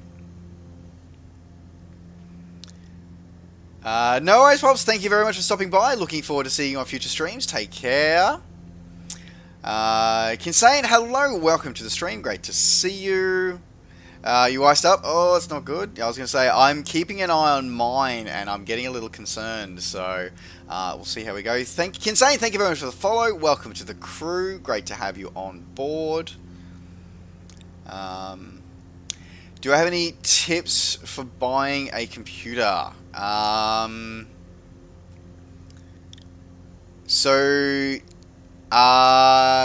I guess there's a lot of questions that are going to go in that. A lot of it's going to depend on your budget, but also it's going to depend on what you want to do out of this. So personally for me, my computer has to be very much a catch-all. Like, it has to do a lot of different things. So obviously I flight sim.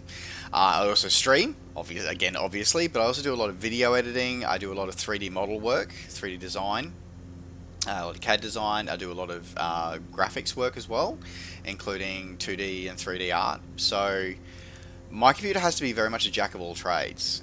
So I go fairly high-end. So I'm running a top-end 9th gen i9, which was top of the line just a few months ago until the 10th gens came out. But I'm also still running a 1080 graphics card because I bought the first edition 1080s when they first came out, and I got 2 of them because they were the top of the line, and they have lasted me really, really well. So one of the things about when you're building a computer is that there's 2 things, there's 2 ways to look at it. Is that first thing you need to understand is that whatever you buy is going to be out of date. Is going to be out of date and is going to be obsolete by the time you buy it. As soon as you buy it, it's going to be obsolete. But the thing becomes is that how long can you keep that obsolescence going for you for? So for me, I know that I am really concerned about that weather, so I'm going to drift a little to the right here, and we're going to try and skirt around some of this weather. So I would buy, and this is the thing, is that if you buy expensive and if you buy quality, top-end quality, it will last you a long time, but it will cost you a fortune. you can get away with paying less, but you find that your mileage may vary. You may probably find that you won't get as many years out of it. So it's a tough one. I also highly recommend that you talk to a local computer store or a local computer specialist and have one custom built. So think about, as I said, think about what do you want. Is it just a gaming computer that you want, or are you wanting something that also does other tasks really, really well as well? My specs in my system is overkill, but at the same time, I do a lot with it. So, best piece of advice I can give you is best tech you can afford, but have a very clear picture of what you want your tech to do for you. It's probably the best thing I can say.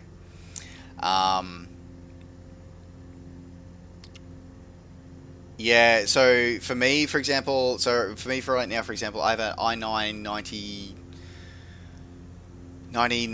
was it 9600, 9900 K, overclocked to 4.8 gigahertz with H110 liquid cooling, with 32 gig of RAM on board, Windows 10, running a a 1 terabyte SSD for C drive, two 2 terabyte hard drive SSDs for games and 3D applications, and then a 2 terabyte spinner drive for dumping like graphics work, something that doesn't need to be high speed.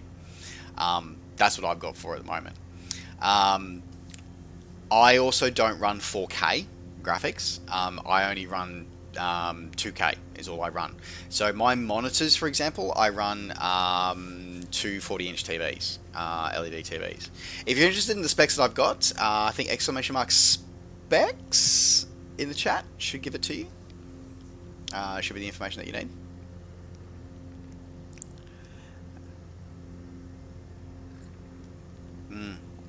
PC case gear, yeah, is a good one.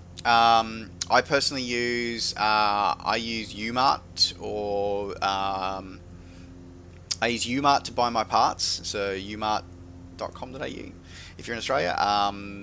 So I use UMart or Computer Alliance or Scorptech. So Computer Alliance, Scorptech, and UMart are the three stores that I use for purchasing my parts. And then I either build it myself, or I just get a local PC place in town, assembled it all for me for $100. I wanted to support the local businesses, some of the local businesses. When my previous CPU, which was an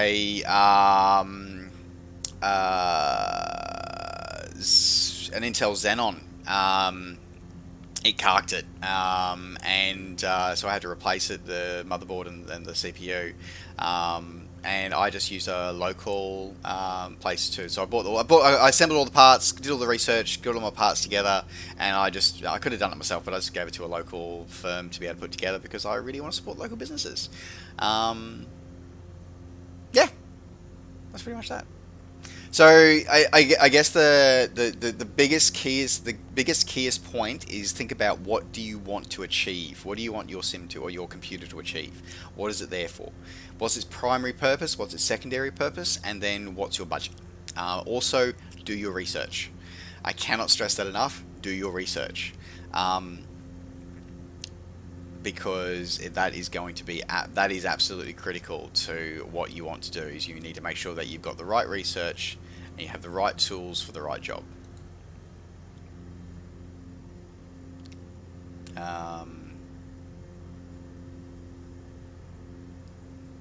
Yeah, exactly. Yeah, it is a lot of fun to build a PC, especially if you're going to overclock it and stuff like that. It's a lot of fun. It's a lot challenging. Yeah, you buy the parts and assemble them yourself. The other thing I highly recommend as well, it's going to sound a little weird, Windows 10 Pro. I know it's an extra, I think, $50 or $100 for the license, for the Windows license, but touch wood, for me personally at least, I have always purchased, I have all but except on one occasion purchased the professional or the Ultimate Edition of the operating system that Microsoft's had out at the time, and I seem to be the only person that I seem to know that never has issues with their OS, or has a lot fewer issues with their OS. Now, basically, the professional versions from Microsoft are, well, they're targeted for their corporate and their government customers, which means they're a hell of a lot more stable than their home editions. There are a couple of other features in there as well, which it does unlock, which you probably won't use. But if you start doing business and stuff like that, you may end up using them. But as I said, I find that the professional editions of, or the ultimate or professional editions of Windows seem to be a lot more stable than their home edition counterparts. That might just be anecdotal, I don't know, but as I said, from my experience, that is definitely the case from my personal experience. That is an awesome shot that we're getting there as well, because that complete with the rain in the background there, that is so cool. I have no idea where these screenshots from the Windows Game Bar are heading, by the way, so I hope they're coming out really, really well. That is so cool. I just look behind me and I'm like, I haven't taken screenshots for a while. I see all of you guys flying with me as well, and that always makes me so excited and so happy when I get to share it with you guys. Yay! Also, we're a little high in this cub. We should probably drop down a little bit lower, but we can't really. But anyway, let me have a look here. I'll check here. Speed build and water cool. Yeah, I liquid cool my CPU. With a H110. Previously a H100, upgraded to a H110 when I did my current build. Which I'm actually really annoyed at because it's the Corsair 110 with the RGB in it, and the RGB works on the fan, but the RGB on the CPU cooler component is actually dead. It was actually DOA, but I needed to get the computer up and running and on stream and like starting to stream and starting to create content again. So I've just accepted that I don't have it working, and it makes me really sad because my case, my fans are RGB, my RAM is RGB, everything is RGB except the CPU, the Corsair logo on the CPU. It makes me so sad when I look at it. I'm like, anyway. So yeah, as I said, yeah, it is kind of interesting for that one as well. Had to get to 130 knots. Yeah, well, so we're doing about 100 indicated airspeed, which is probably doing about 120 ground speed because we do have a tailwind at the moment. That's right, at the moment. Yeah, as I said, I've heard some people that have done that as well. Just don't have a GPU. So,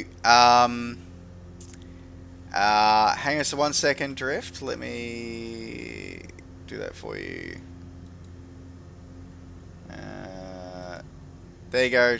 You got a few seconds there, Drift. Yeah, so for the graphics cards at the moment, it's what I'd be interested to find is that although the 30 series looks amazing, and they are amazing cards, especially if you're in Australia, guys, look to see how deeply discounted the 20 series cards are becoming. Because if you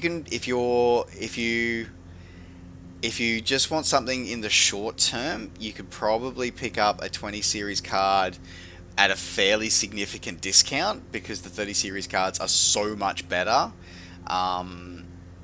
So you might be able to get a 20 series card for a less content, but see how you go.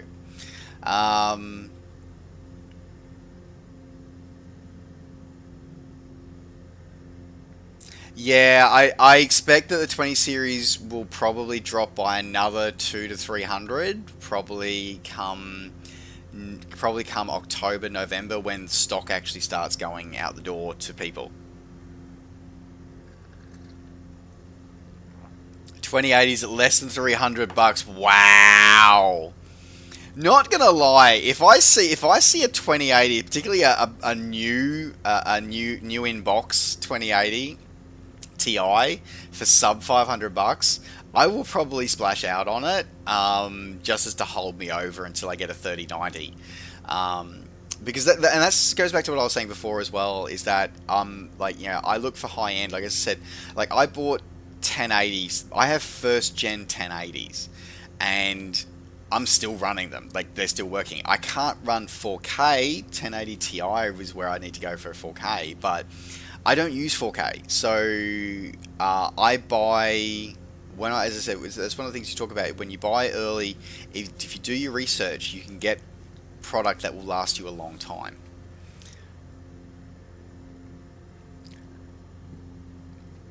I think they're Australian dollars, actually. I think is that one. Yeah, I think Nvidia, but Nvidia aren't selling the 20 series cards out of their own stock anymore, out of their own Fantasy Edition cards anymore. 2080, first gen 2080s, yeah.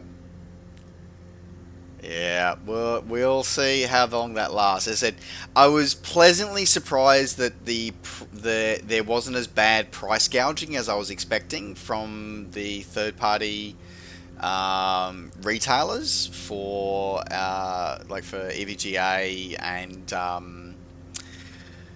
EVGA and Gigabyte. I was expecting that they were going to price gouge the Australian market far more than what they did. I was actually pleasantly surprised actually that I was seeing 3080s going for 1500 for $1,300 new. I was pleasantly surprised about that. I was definitely pleasantly surprised about that. All right, I'm going to drop some altitude here so we can get down to skim along the ground a bit more.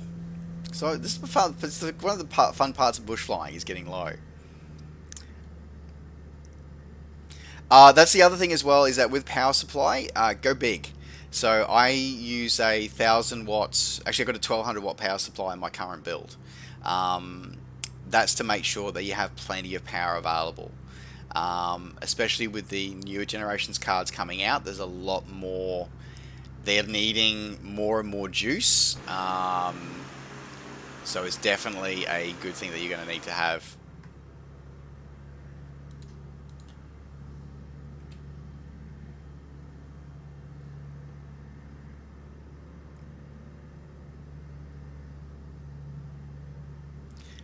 Yeah, as I said, yeah, with power supplies, as I said, yeah, I personally, as I said, I'm running a 1200 watt power supply in my system, and my previous gaming rig had a 1000 watt power supply.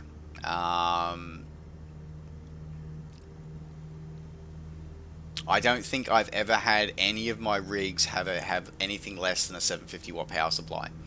That was the absolute minimum I've ever had. Yeah, for that kind, as I say, yeah, for 20 to $50 more to make sure that you're essentially gonna. It's all about future proofing. It's all about future proofing, and if you invest wisely early, you will have that tech will last you a long time. So my previous gaming rig was i7 47, I think 4700K. Or 4790K. That computer, I still have it. It's now running. It was running 780, NVIDIA 780 card, 780 Ti. I still have that computer. It's still running. It's now sitting in my garage. It now does a lot of rendering for me. So when I do my YouTube videos, what I do is I edit them all on this main PC. And then I move them over to my old gaming PC to render out. Or if I'm doing any 3D scenes and 3D models and 3D images, 3D renders, I'll send them out to that PC and have them that render out overnight so I can keep working and keep playing on my main PC. Just wanted to do a look frozen to you. That's a good question. Let me jump outside and then let's have a look.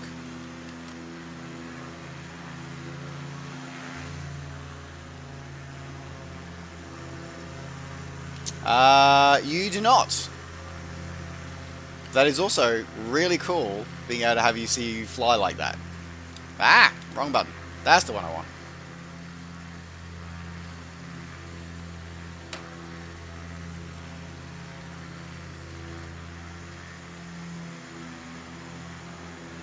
This is so cool, having us all flying through Africa tonight. This is just an amazing experience for everybody.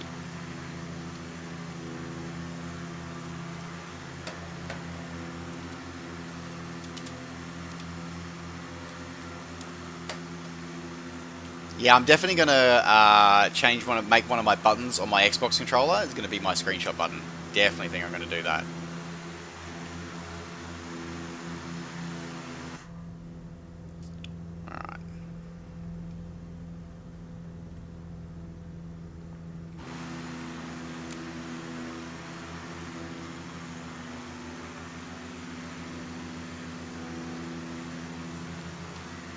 That is such an awesome thing. And I just love seeing that weather behind us as well that we've sort of flown through, and we've merged back out into the light come here as well. It is so awesome.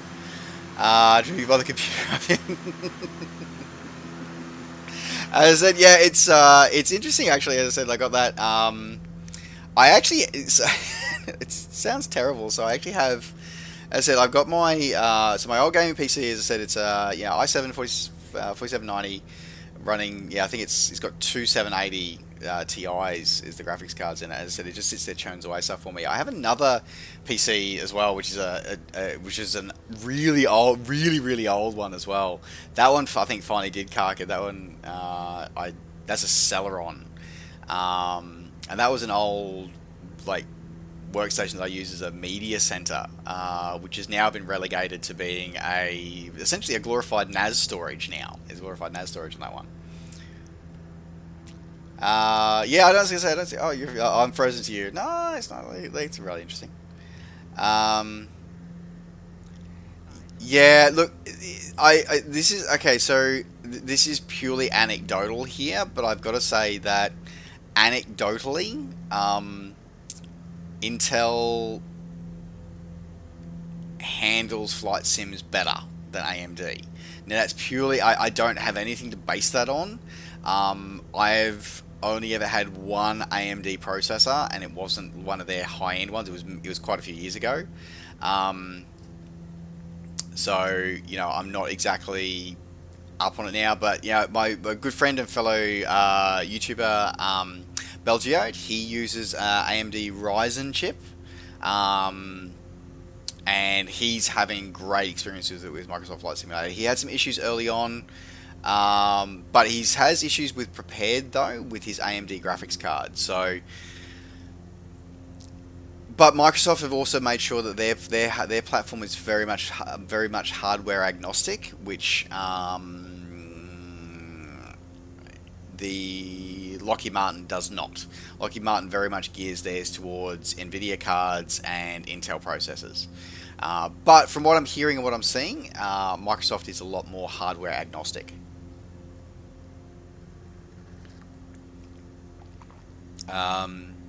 That is okay. That's good. R56. That is good to hear.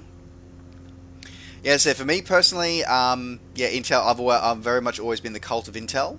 I probably could have been tempted away, I think, if this current 9th and 10th gen of chipsets if they'd put the price up a little bit further, I think I would have been tempted to go away to the AMDs. But for now, a lot of the processors and the stuff that I do is all still very Intel centric. So I will stick with the cult of Intel for now.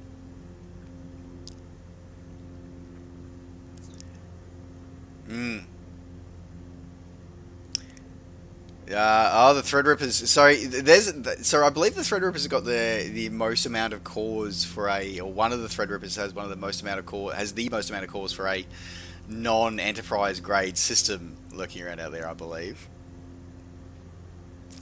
5% CPU. Nice.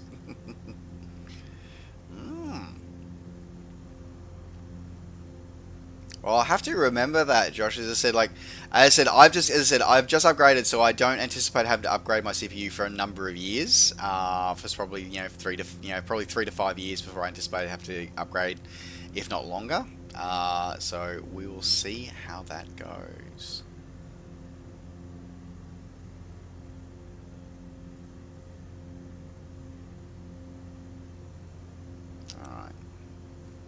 Now, I'm conscious of the terrain that we're flying over at the moment, so we're good at the moment. Now, I do remember that there was supposed to be some giraffes, and I feel that they were probably going to be along that, because we had to do a direct route, not by the giraffe route. So I think we're going to turn south. We'll probably go along this riverbed, because I'm betting that's where the giraffes are going to be herding along.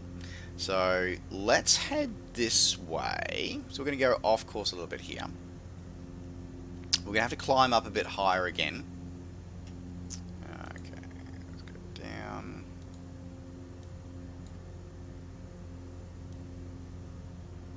Yep.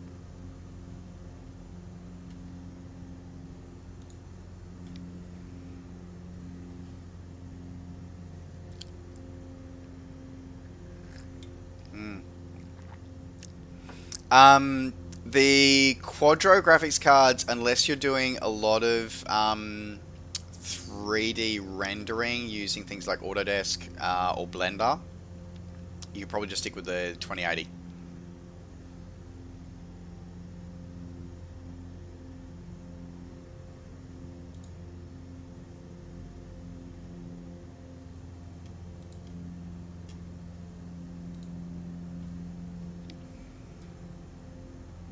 Alright, let me check these fuel consumption numbers at the moment. So we're still good.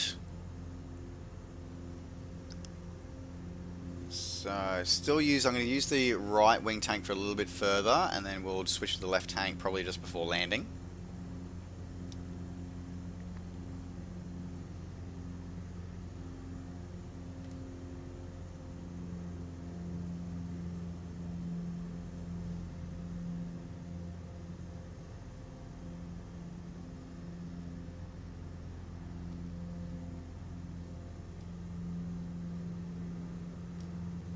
That is so awesome, just being able to look out the window and see this other Cub Crafters Cub right there. That is just always loving these experiences here. The only thing I think I kind of miss is that I kind of miss not having, like, we see from the external view that I've got myself and the co-pilot there, but I don't have the 3D model of, we're sort of bodiless when we're in the sim. It's kind of a bit weird. So hello, welcome back to the stream.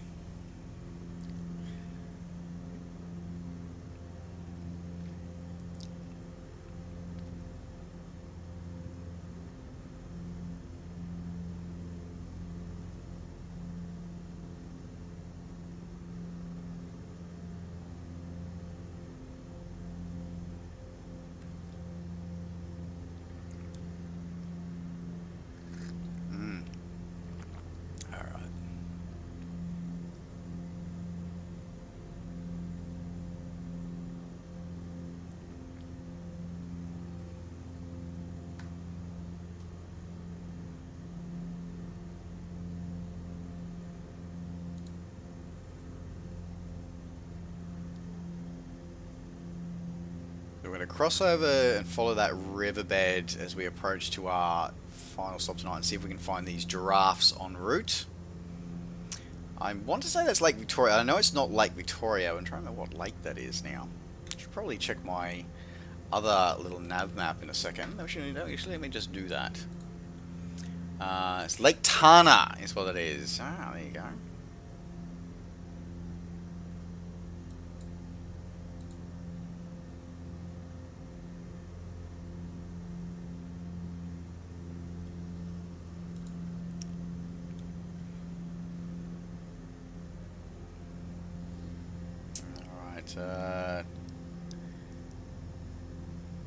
Oh, that's just you on your sixth. Ah, right. Okay, no worries, Freya. Thank you very much. It's great to see you there.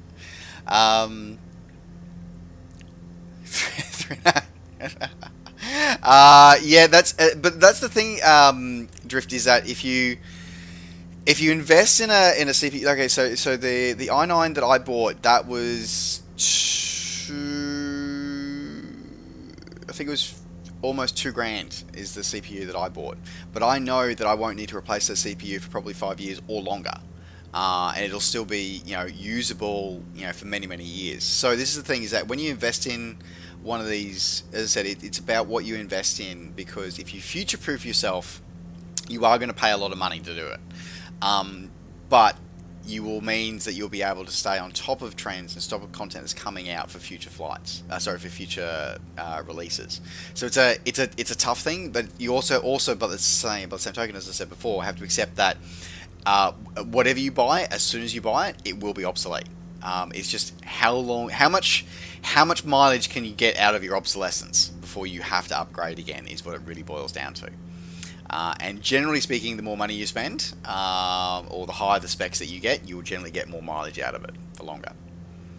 Black Wolf, we are doing pretty well in our flights tonight. We had a bit of a hair-raising moments as we went over a mountain before, but we're doing pretty well. Yeah, 21 years exactly. Yeah, that's right. Yeah, that'd be great, Josh. Yeah, actually, put them in the screenshots channel in Discord. That would be awesome. Thanks for sharing that as well. Um, And let me just put in there for anybody who wants to. And as I said before, guys, if you want to catch up with all your other fellow aviators, please feel free to join everybody over on our Discord. You're more than welcome to join, catch up with your fellow aviators, and enjoy spreading the love of virtual aviation, of aviation virtual and real. All right. Now the question is, are we going to find giraffes tonight?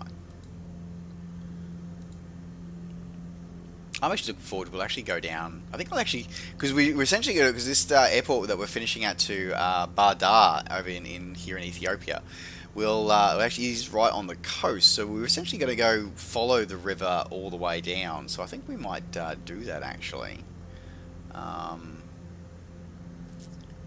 So we can probably start bleeding off.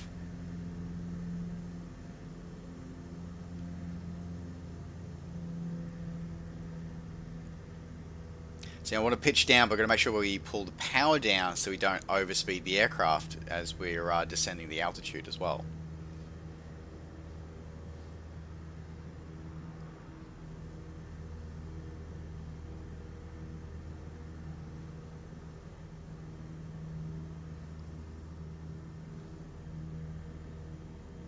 Okay, I am going to switch over to the left wing tanks now.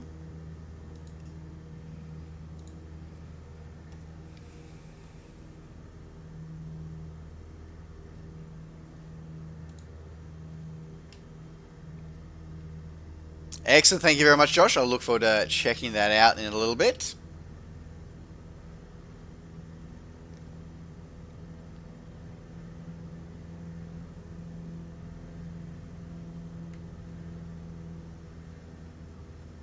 Oh, and we did find giraffes. I did remember where they were. Yay! All right, good. So we've seen elephants. Now we get to see giraffes tonight. So the plan came together. Unlike last night where we landed at the wrong airport, the plan tonight has come together. This works. I'm happy with this, and I'm doing all of this on about 4 hours sleep. I'm pretty impressed with not gonna lie, pretty impressed with myself right now.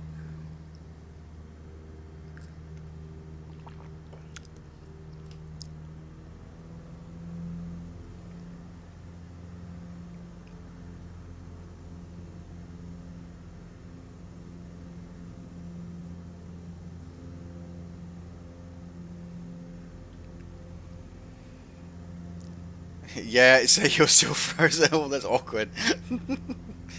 Hopefully, it's just some surface deposits there, and you've still got full aerodynamic control, which is good. That is correct, unfortunately, Dread Miters. That is absolutely correct, unfortunately. We can see AI, but we cannot see each other at the moment, which I hope we will see changed at some point. But also, yeah, I'm guessing it's to do, not so much to do with the Sim Connect. I think that's going to be more to do with how the multiplayer API is handled. I think that's what it's more to do with. Because to be fair, we can't even see it in the TCAS system in our G1000s. So I think that once we start being able to see multiplayer traffic in our TCAS system, then we'll start being able to see it and be able to work with it and see it on our mapping systems.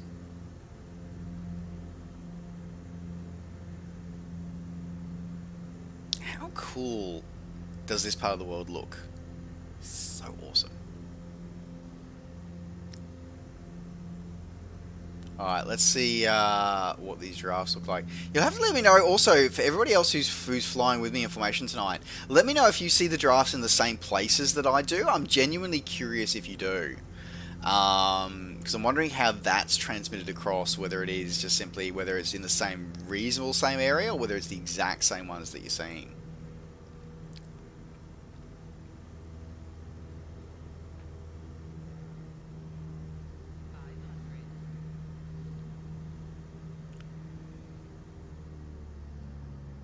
Okay, pull the power back.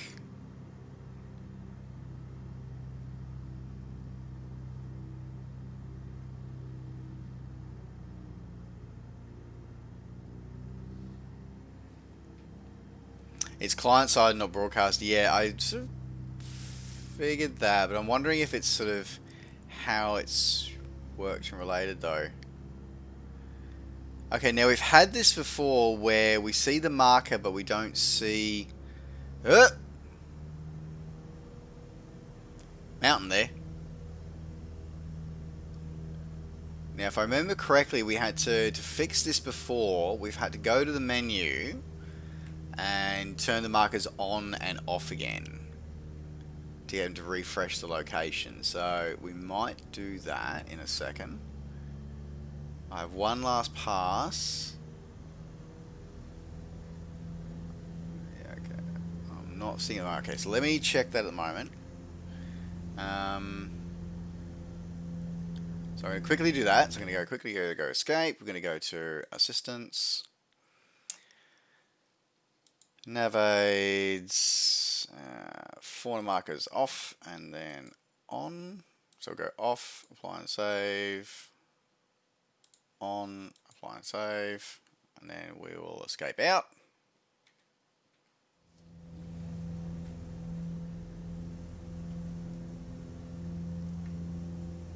Because I think it was the flamingos in South America that we saw? There they are. Look at them all!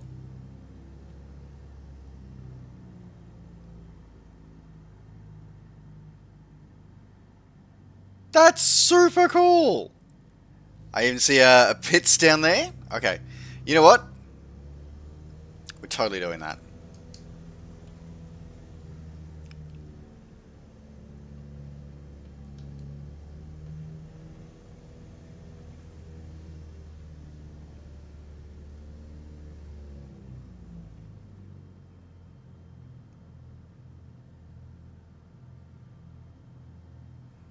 Okay.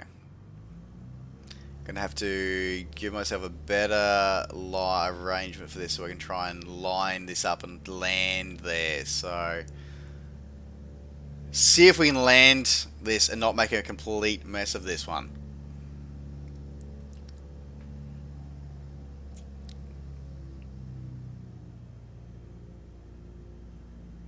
Because you know that my record lately of landing in non-normal locations has not been good.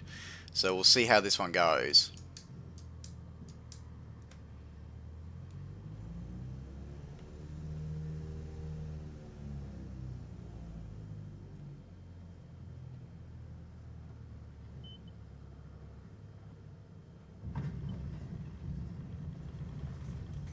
Okay, full back stick, brakes on, full back stick. By the way, see, something else, a good important thing to know about stopping a tail dragger is use full back stick while braking to make sure you don't nose over.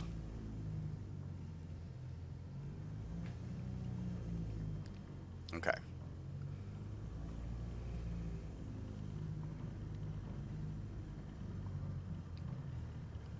Look at them, this is so cool!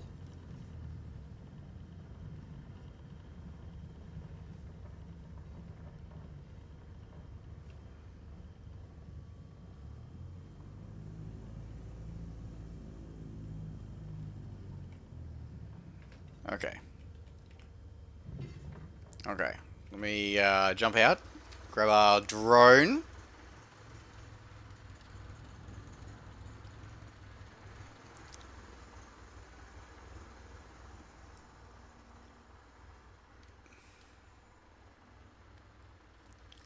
For all of the Australians in the audience, all I'm going to say is that we just need to say hello to Harold. Just make sure we're just saying hello to Harold's cousins. I want to see how many of the Australian audience members are going to get that.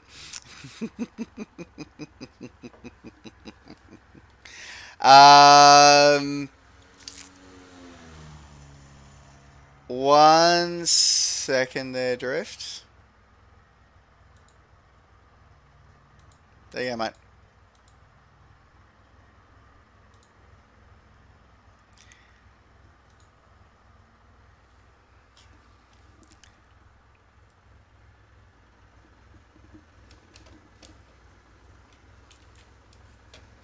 I love how they're like dancing giraffes as well. Like, and like there's one close to my aircraft that's sort of looking at me going, what's this silly human contraption doing?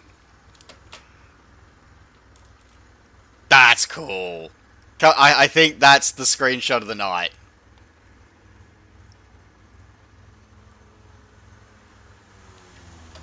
We just need him to do his business, and then we're pretty much going to be set. Yeah, totally getting the picture of that one. So that one, I really hope these pictures are going to come out tonight because these pictures are awesome. Wrong one, wrong button. That's the one I want. That one. There we go.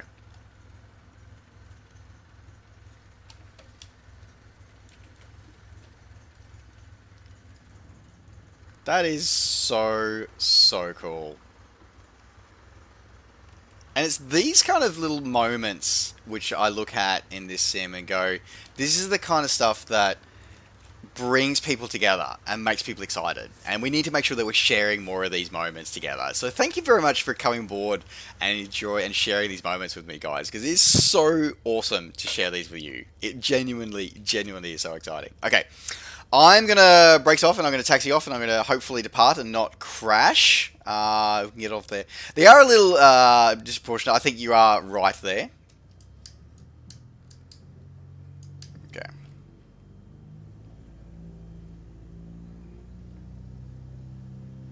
Okay, so we're going to taxi up this over here.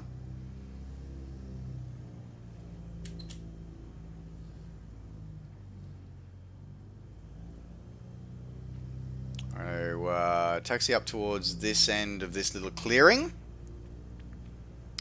I'll make sure I don't hit a tree along the way.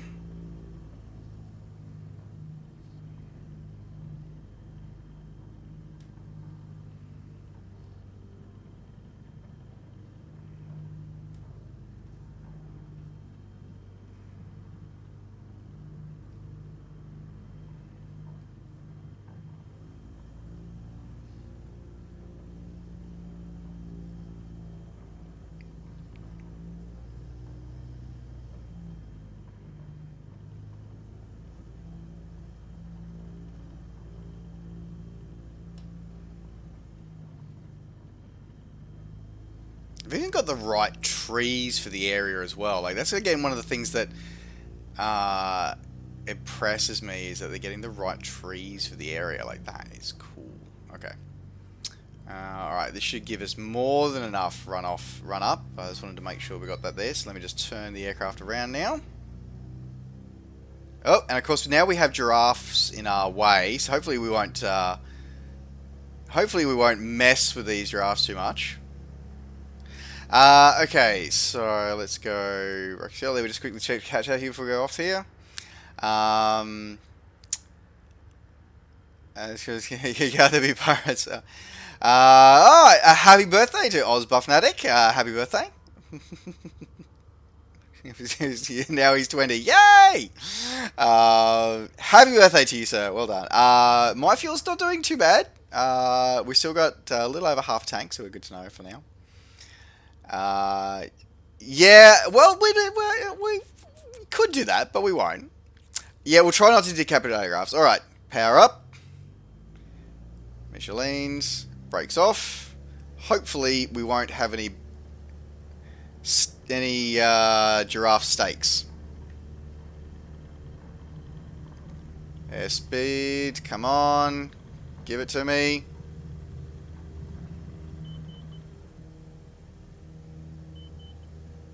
No giraffe steaks, and we're good.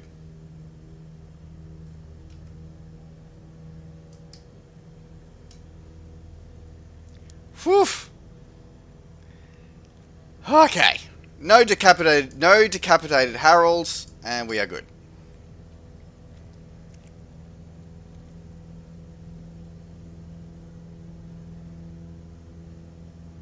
Alright, but what we will do is we will follow the river for the rest of the flight tonight.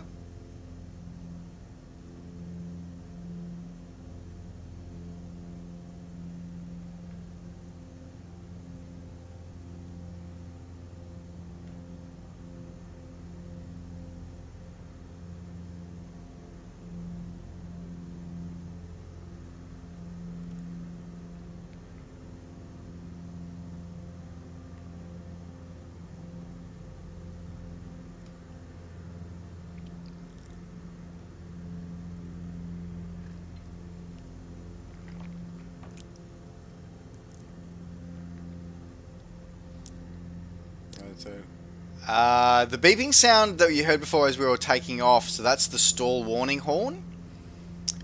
So it's letting me know that I'm riding the stall speed.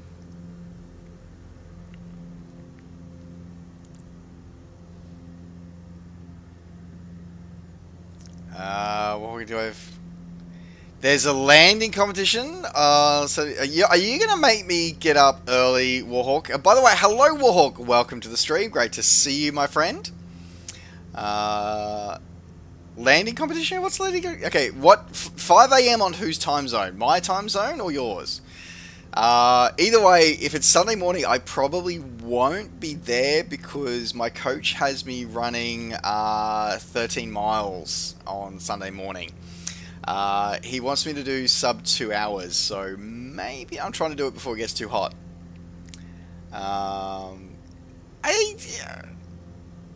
See, the problem is that the times, because of the... So guys, by the way, for everybody in the chat, so Warhawk is a member, also a member of MS Flights. Yeah, I did see it, but the problem is that I keep getting tripped up by the dates and the time zone shifts, because the calculator and converter over to Australia time is not always the most accurate. We'll see, Warhawk. I'll see what I can pull off for you.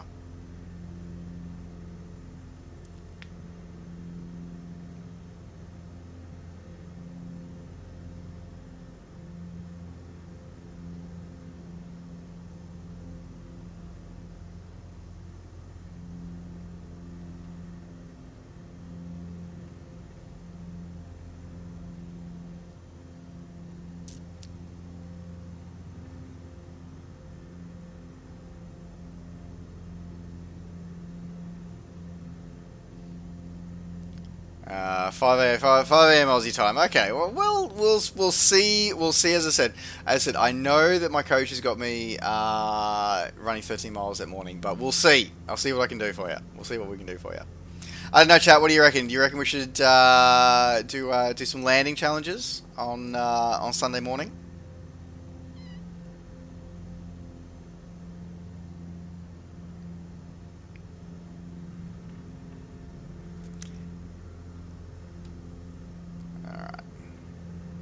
Oh, be careful not to dip that wing too much. Don't want to clip it off in a tree somewhere. I feel like we should actually do a trip through the Everglades or something in Florida. I think at some point we should do that.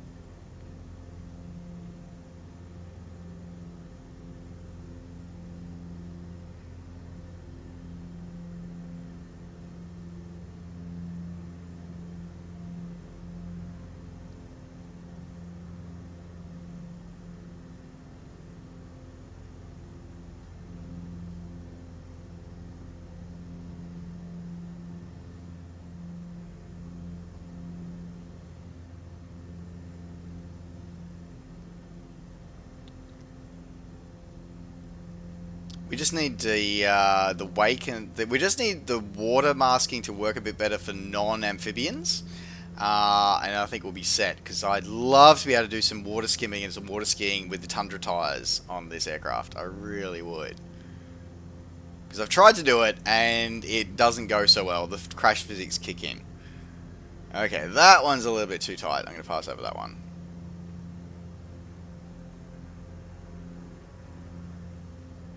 Pretty sure I hear a pits nearby. There it is.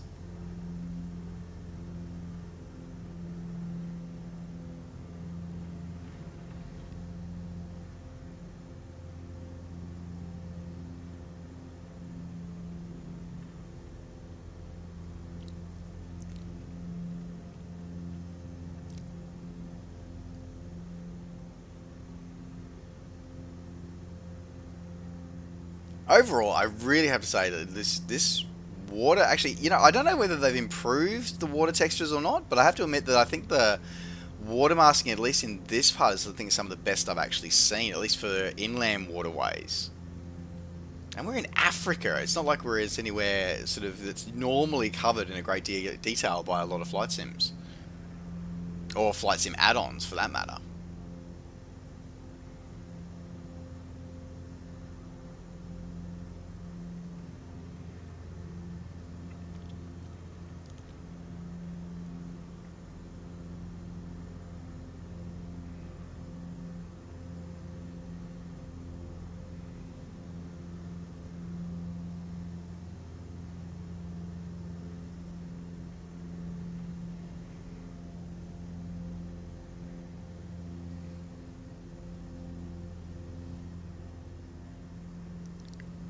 Save keeps for.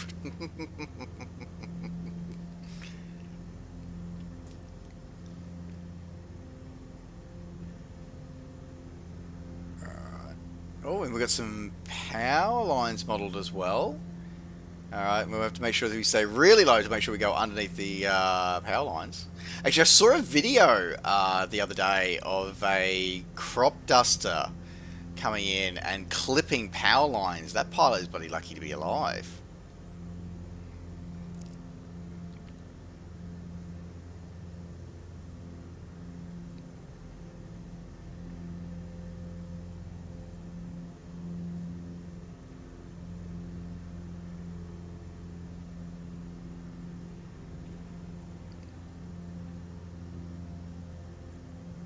Ooh, what do we have here? We have a pit special, which is currently crashed. All right, send the water rescue team out. Looks like the pits didn't make it. Here, I just saw in the chat they're here in the drink.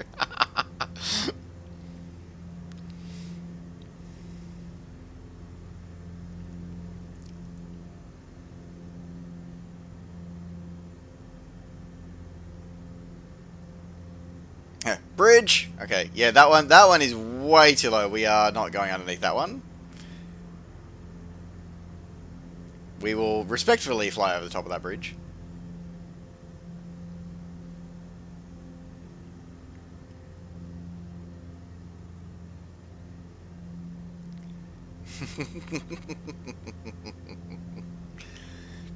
Yeah, that was one that I would not make.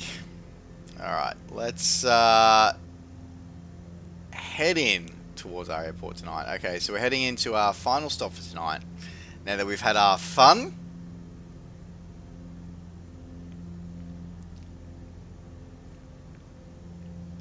Alright, climb a bit more altitude here.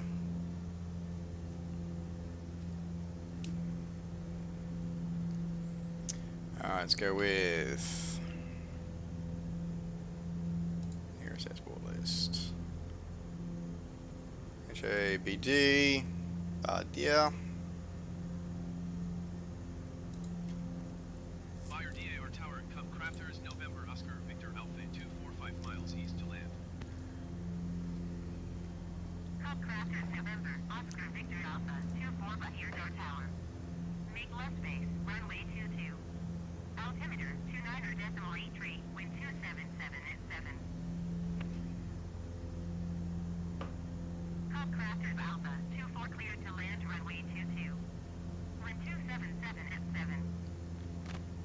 Alright, runway 22. Okay. Cleared to land, runway 22, Cub Crafters, Alpha 24. Excuse me. Okay. Let me have a look here.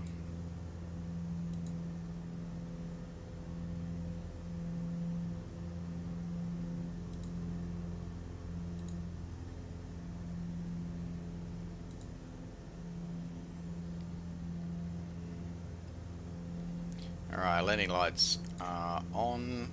Mixture lean a little bit further. Actually, should be good, 50%.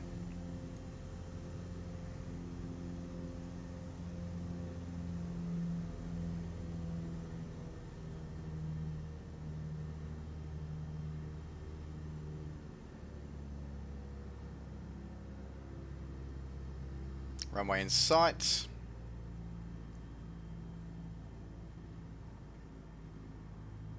Is that rain? We're starting to get rain. That's interesting.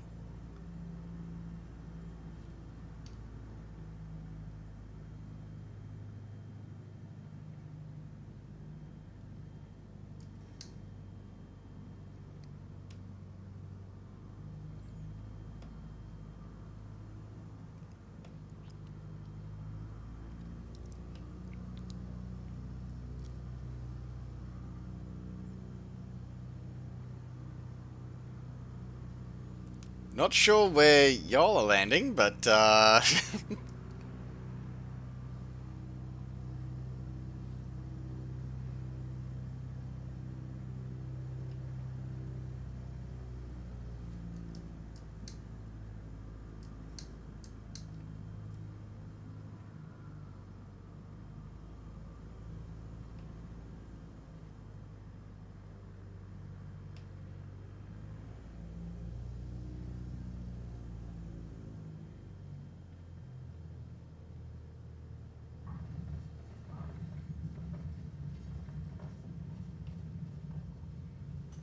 letting it roll. Ooh, little bit squirrely. Crafters Alpha 24 exit runway when able. Just that little bit of squirrely when she's got the full flap and on the taxi there.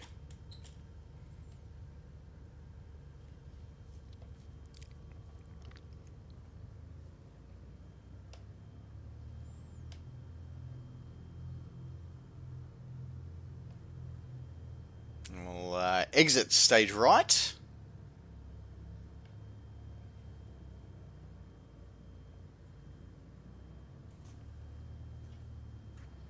Crafters Alpha 24 turn next taxiway.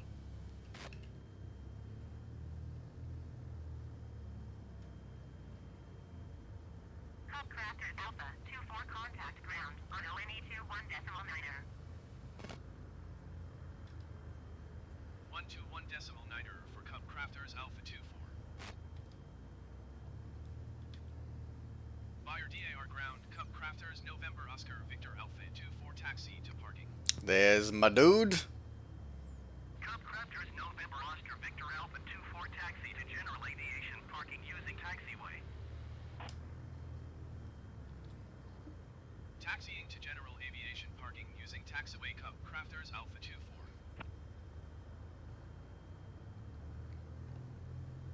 Alright. There he is. Alright, let me swing this aircraft around. Oh, where she is, sorry.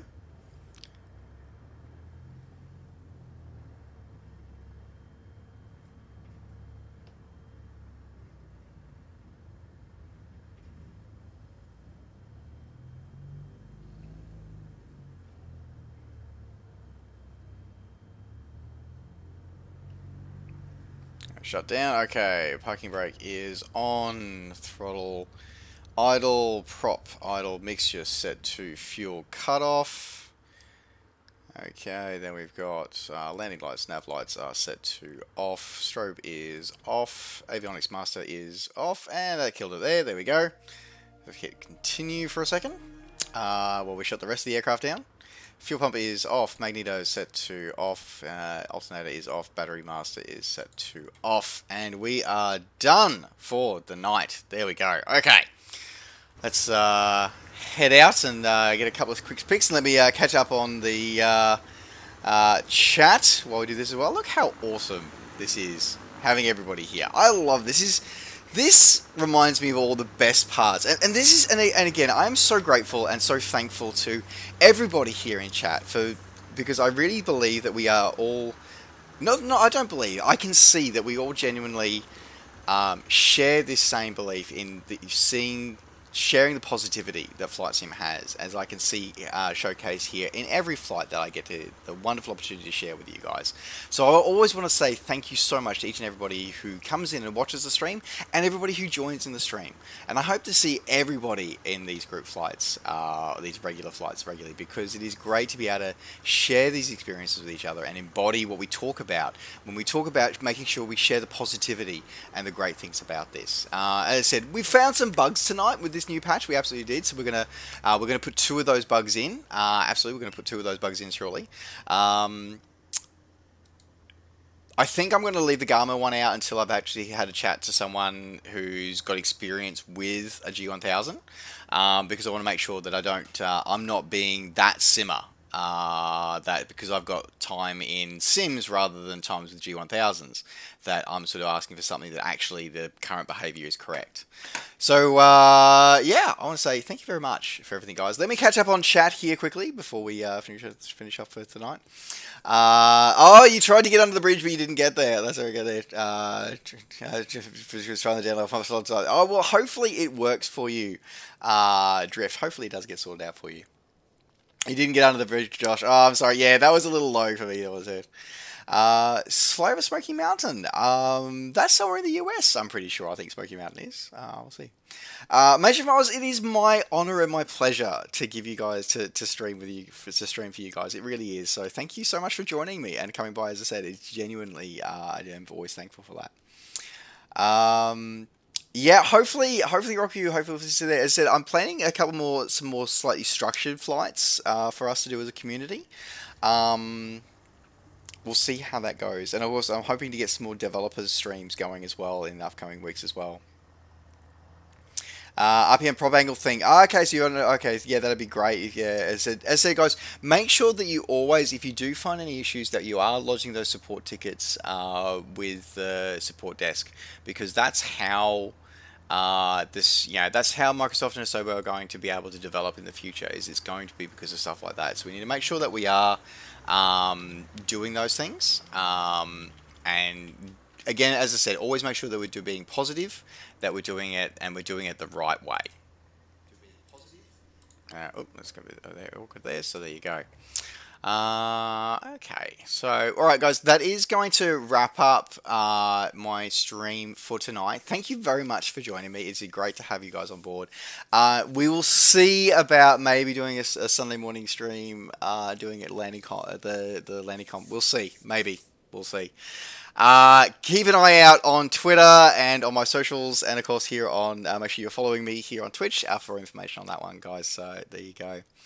Okay, you know what? I think, let's have a look here. Who is doing stuff here at the moment? Let's have a look.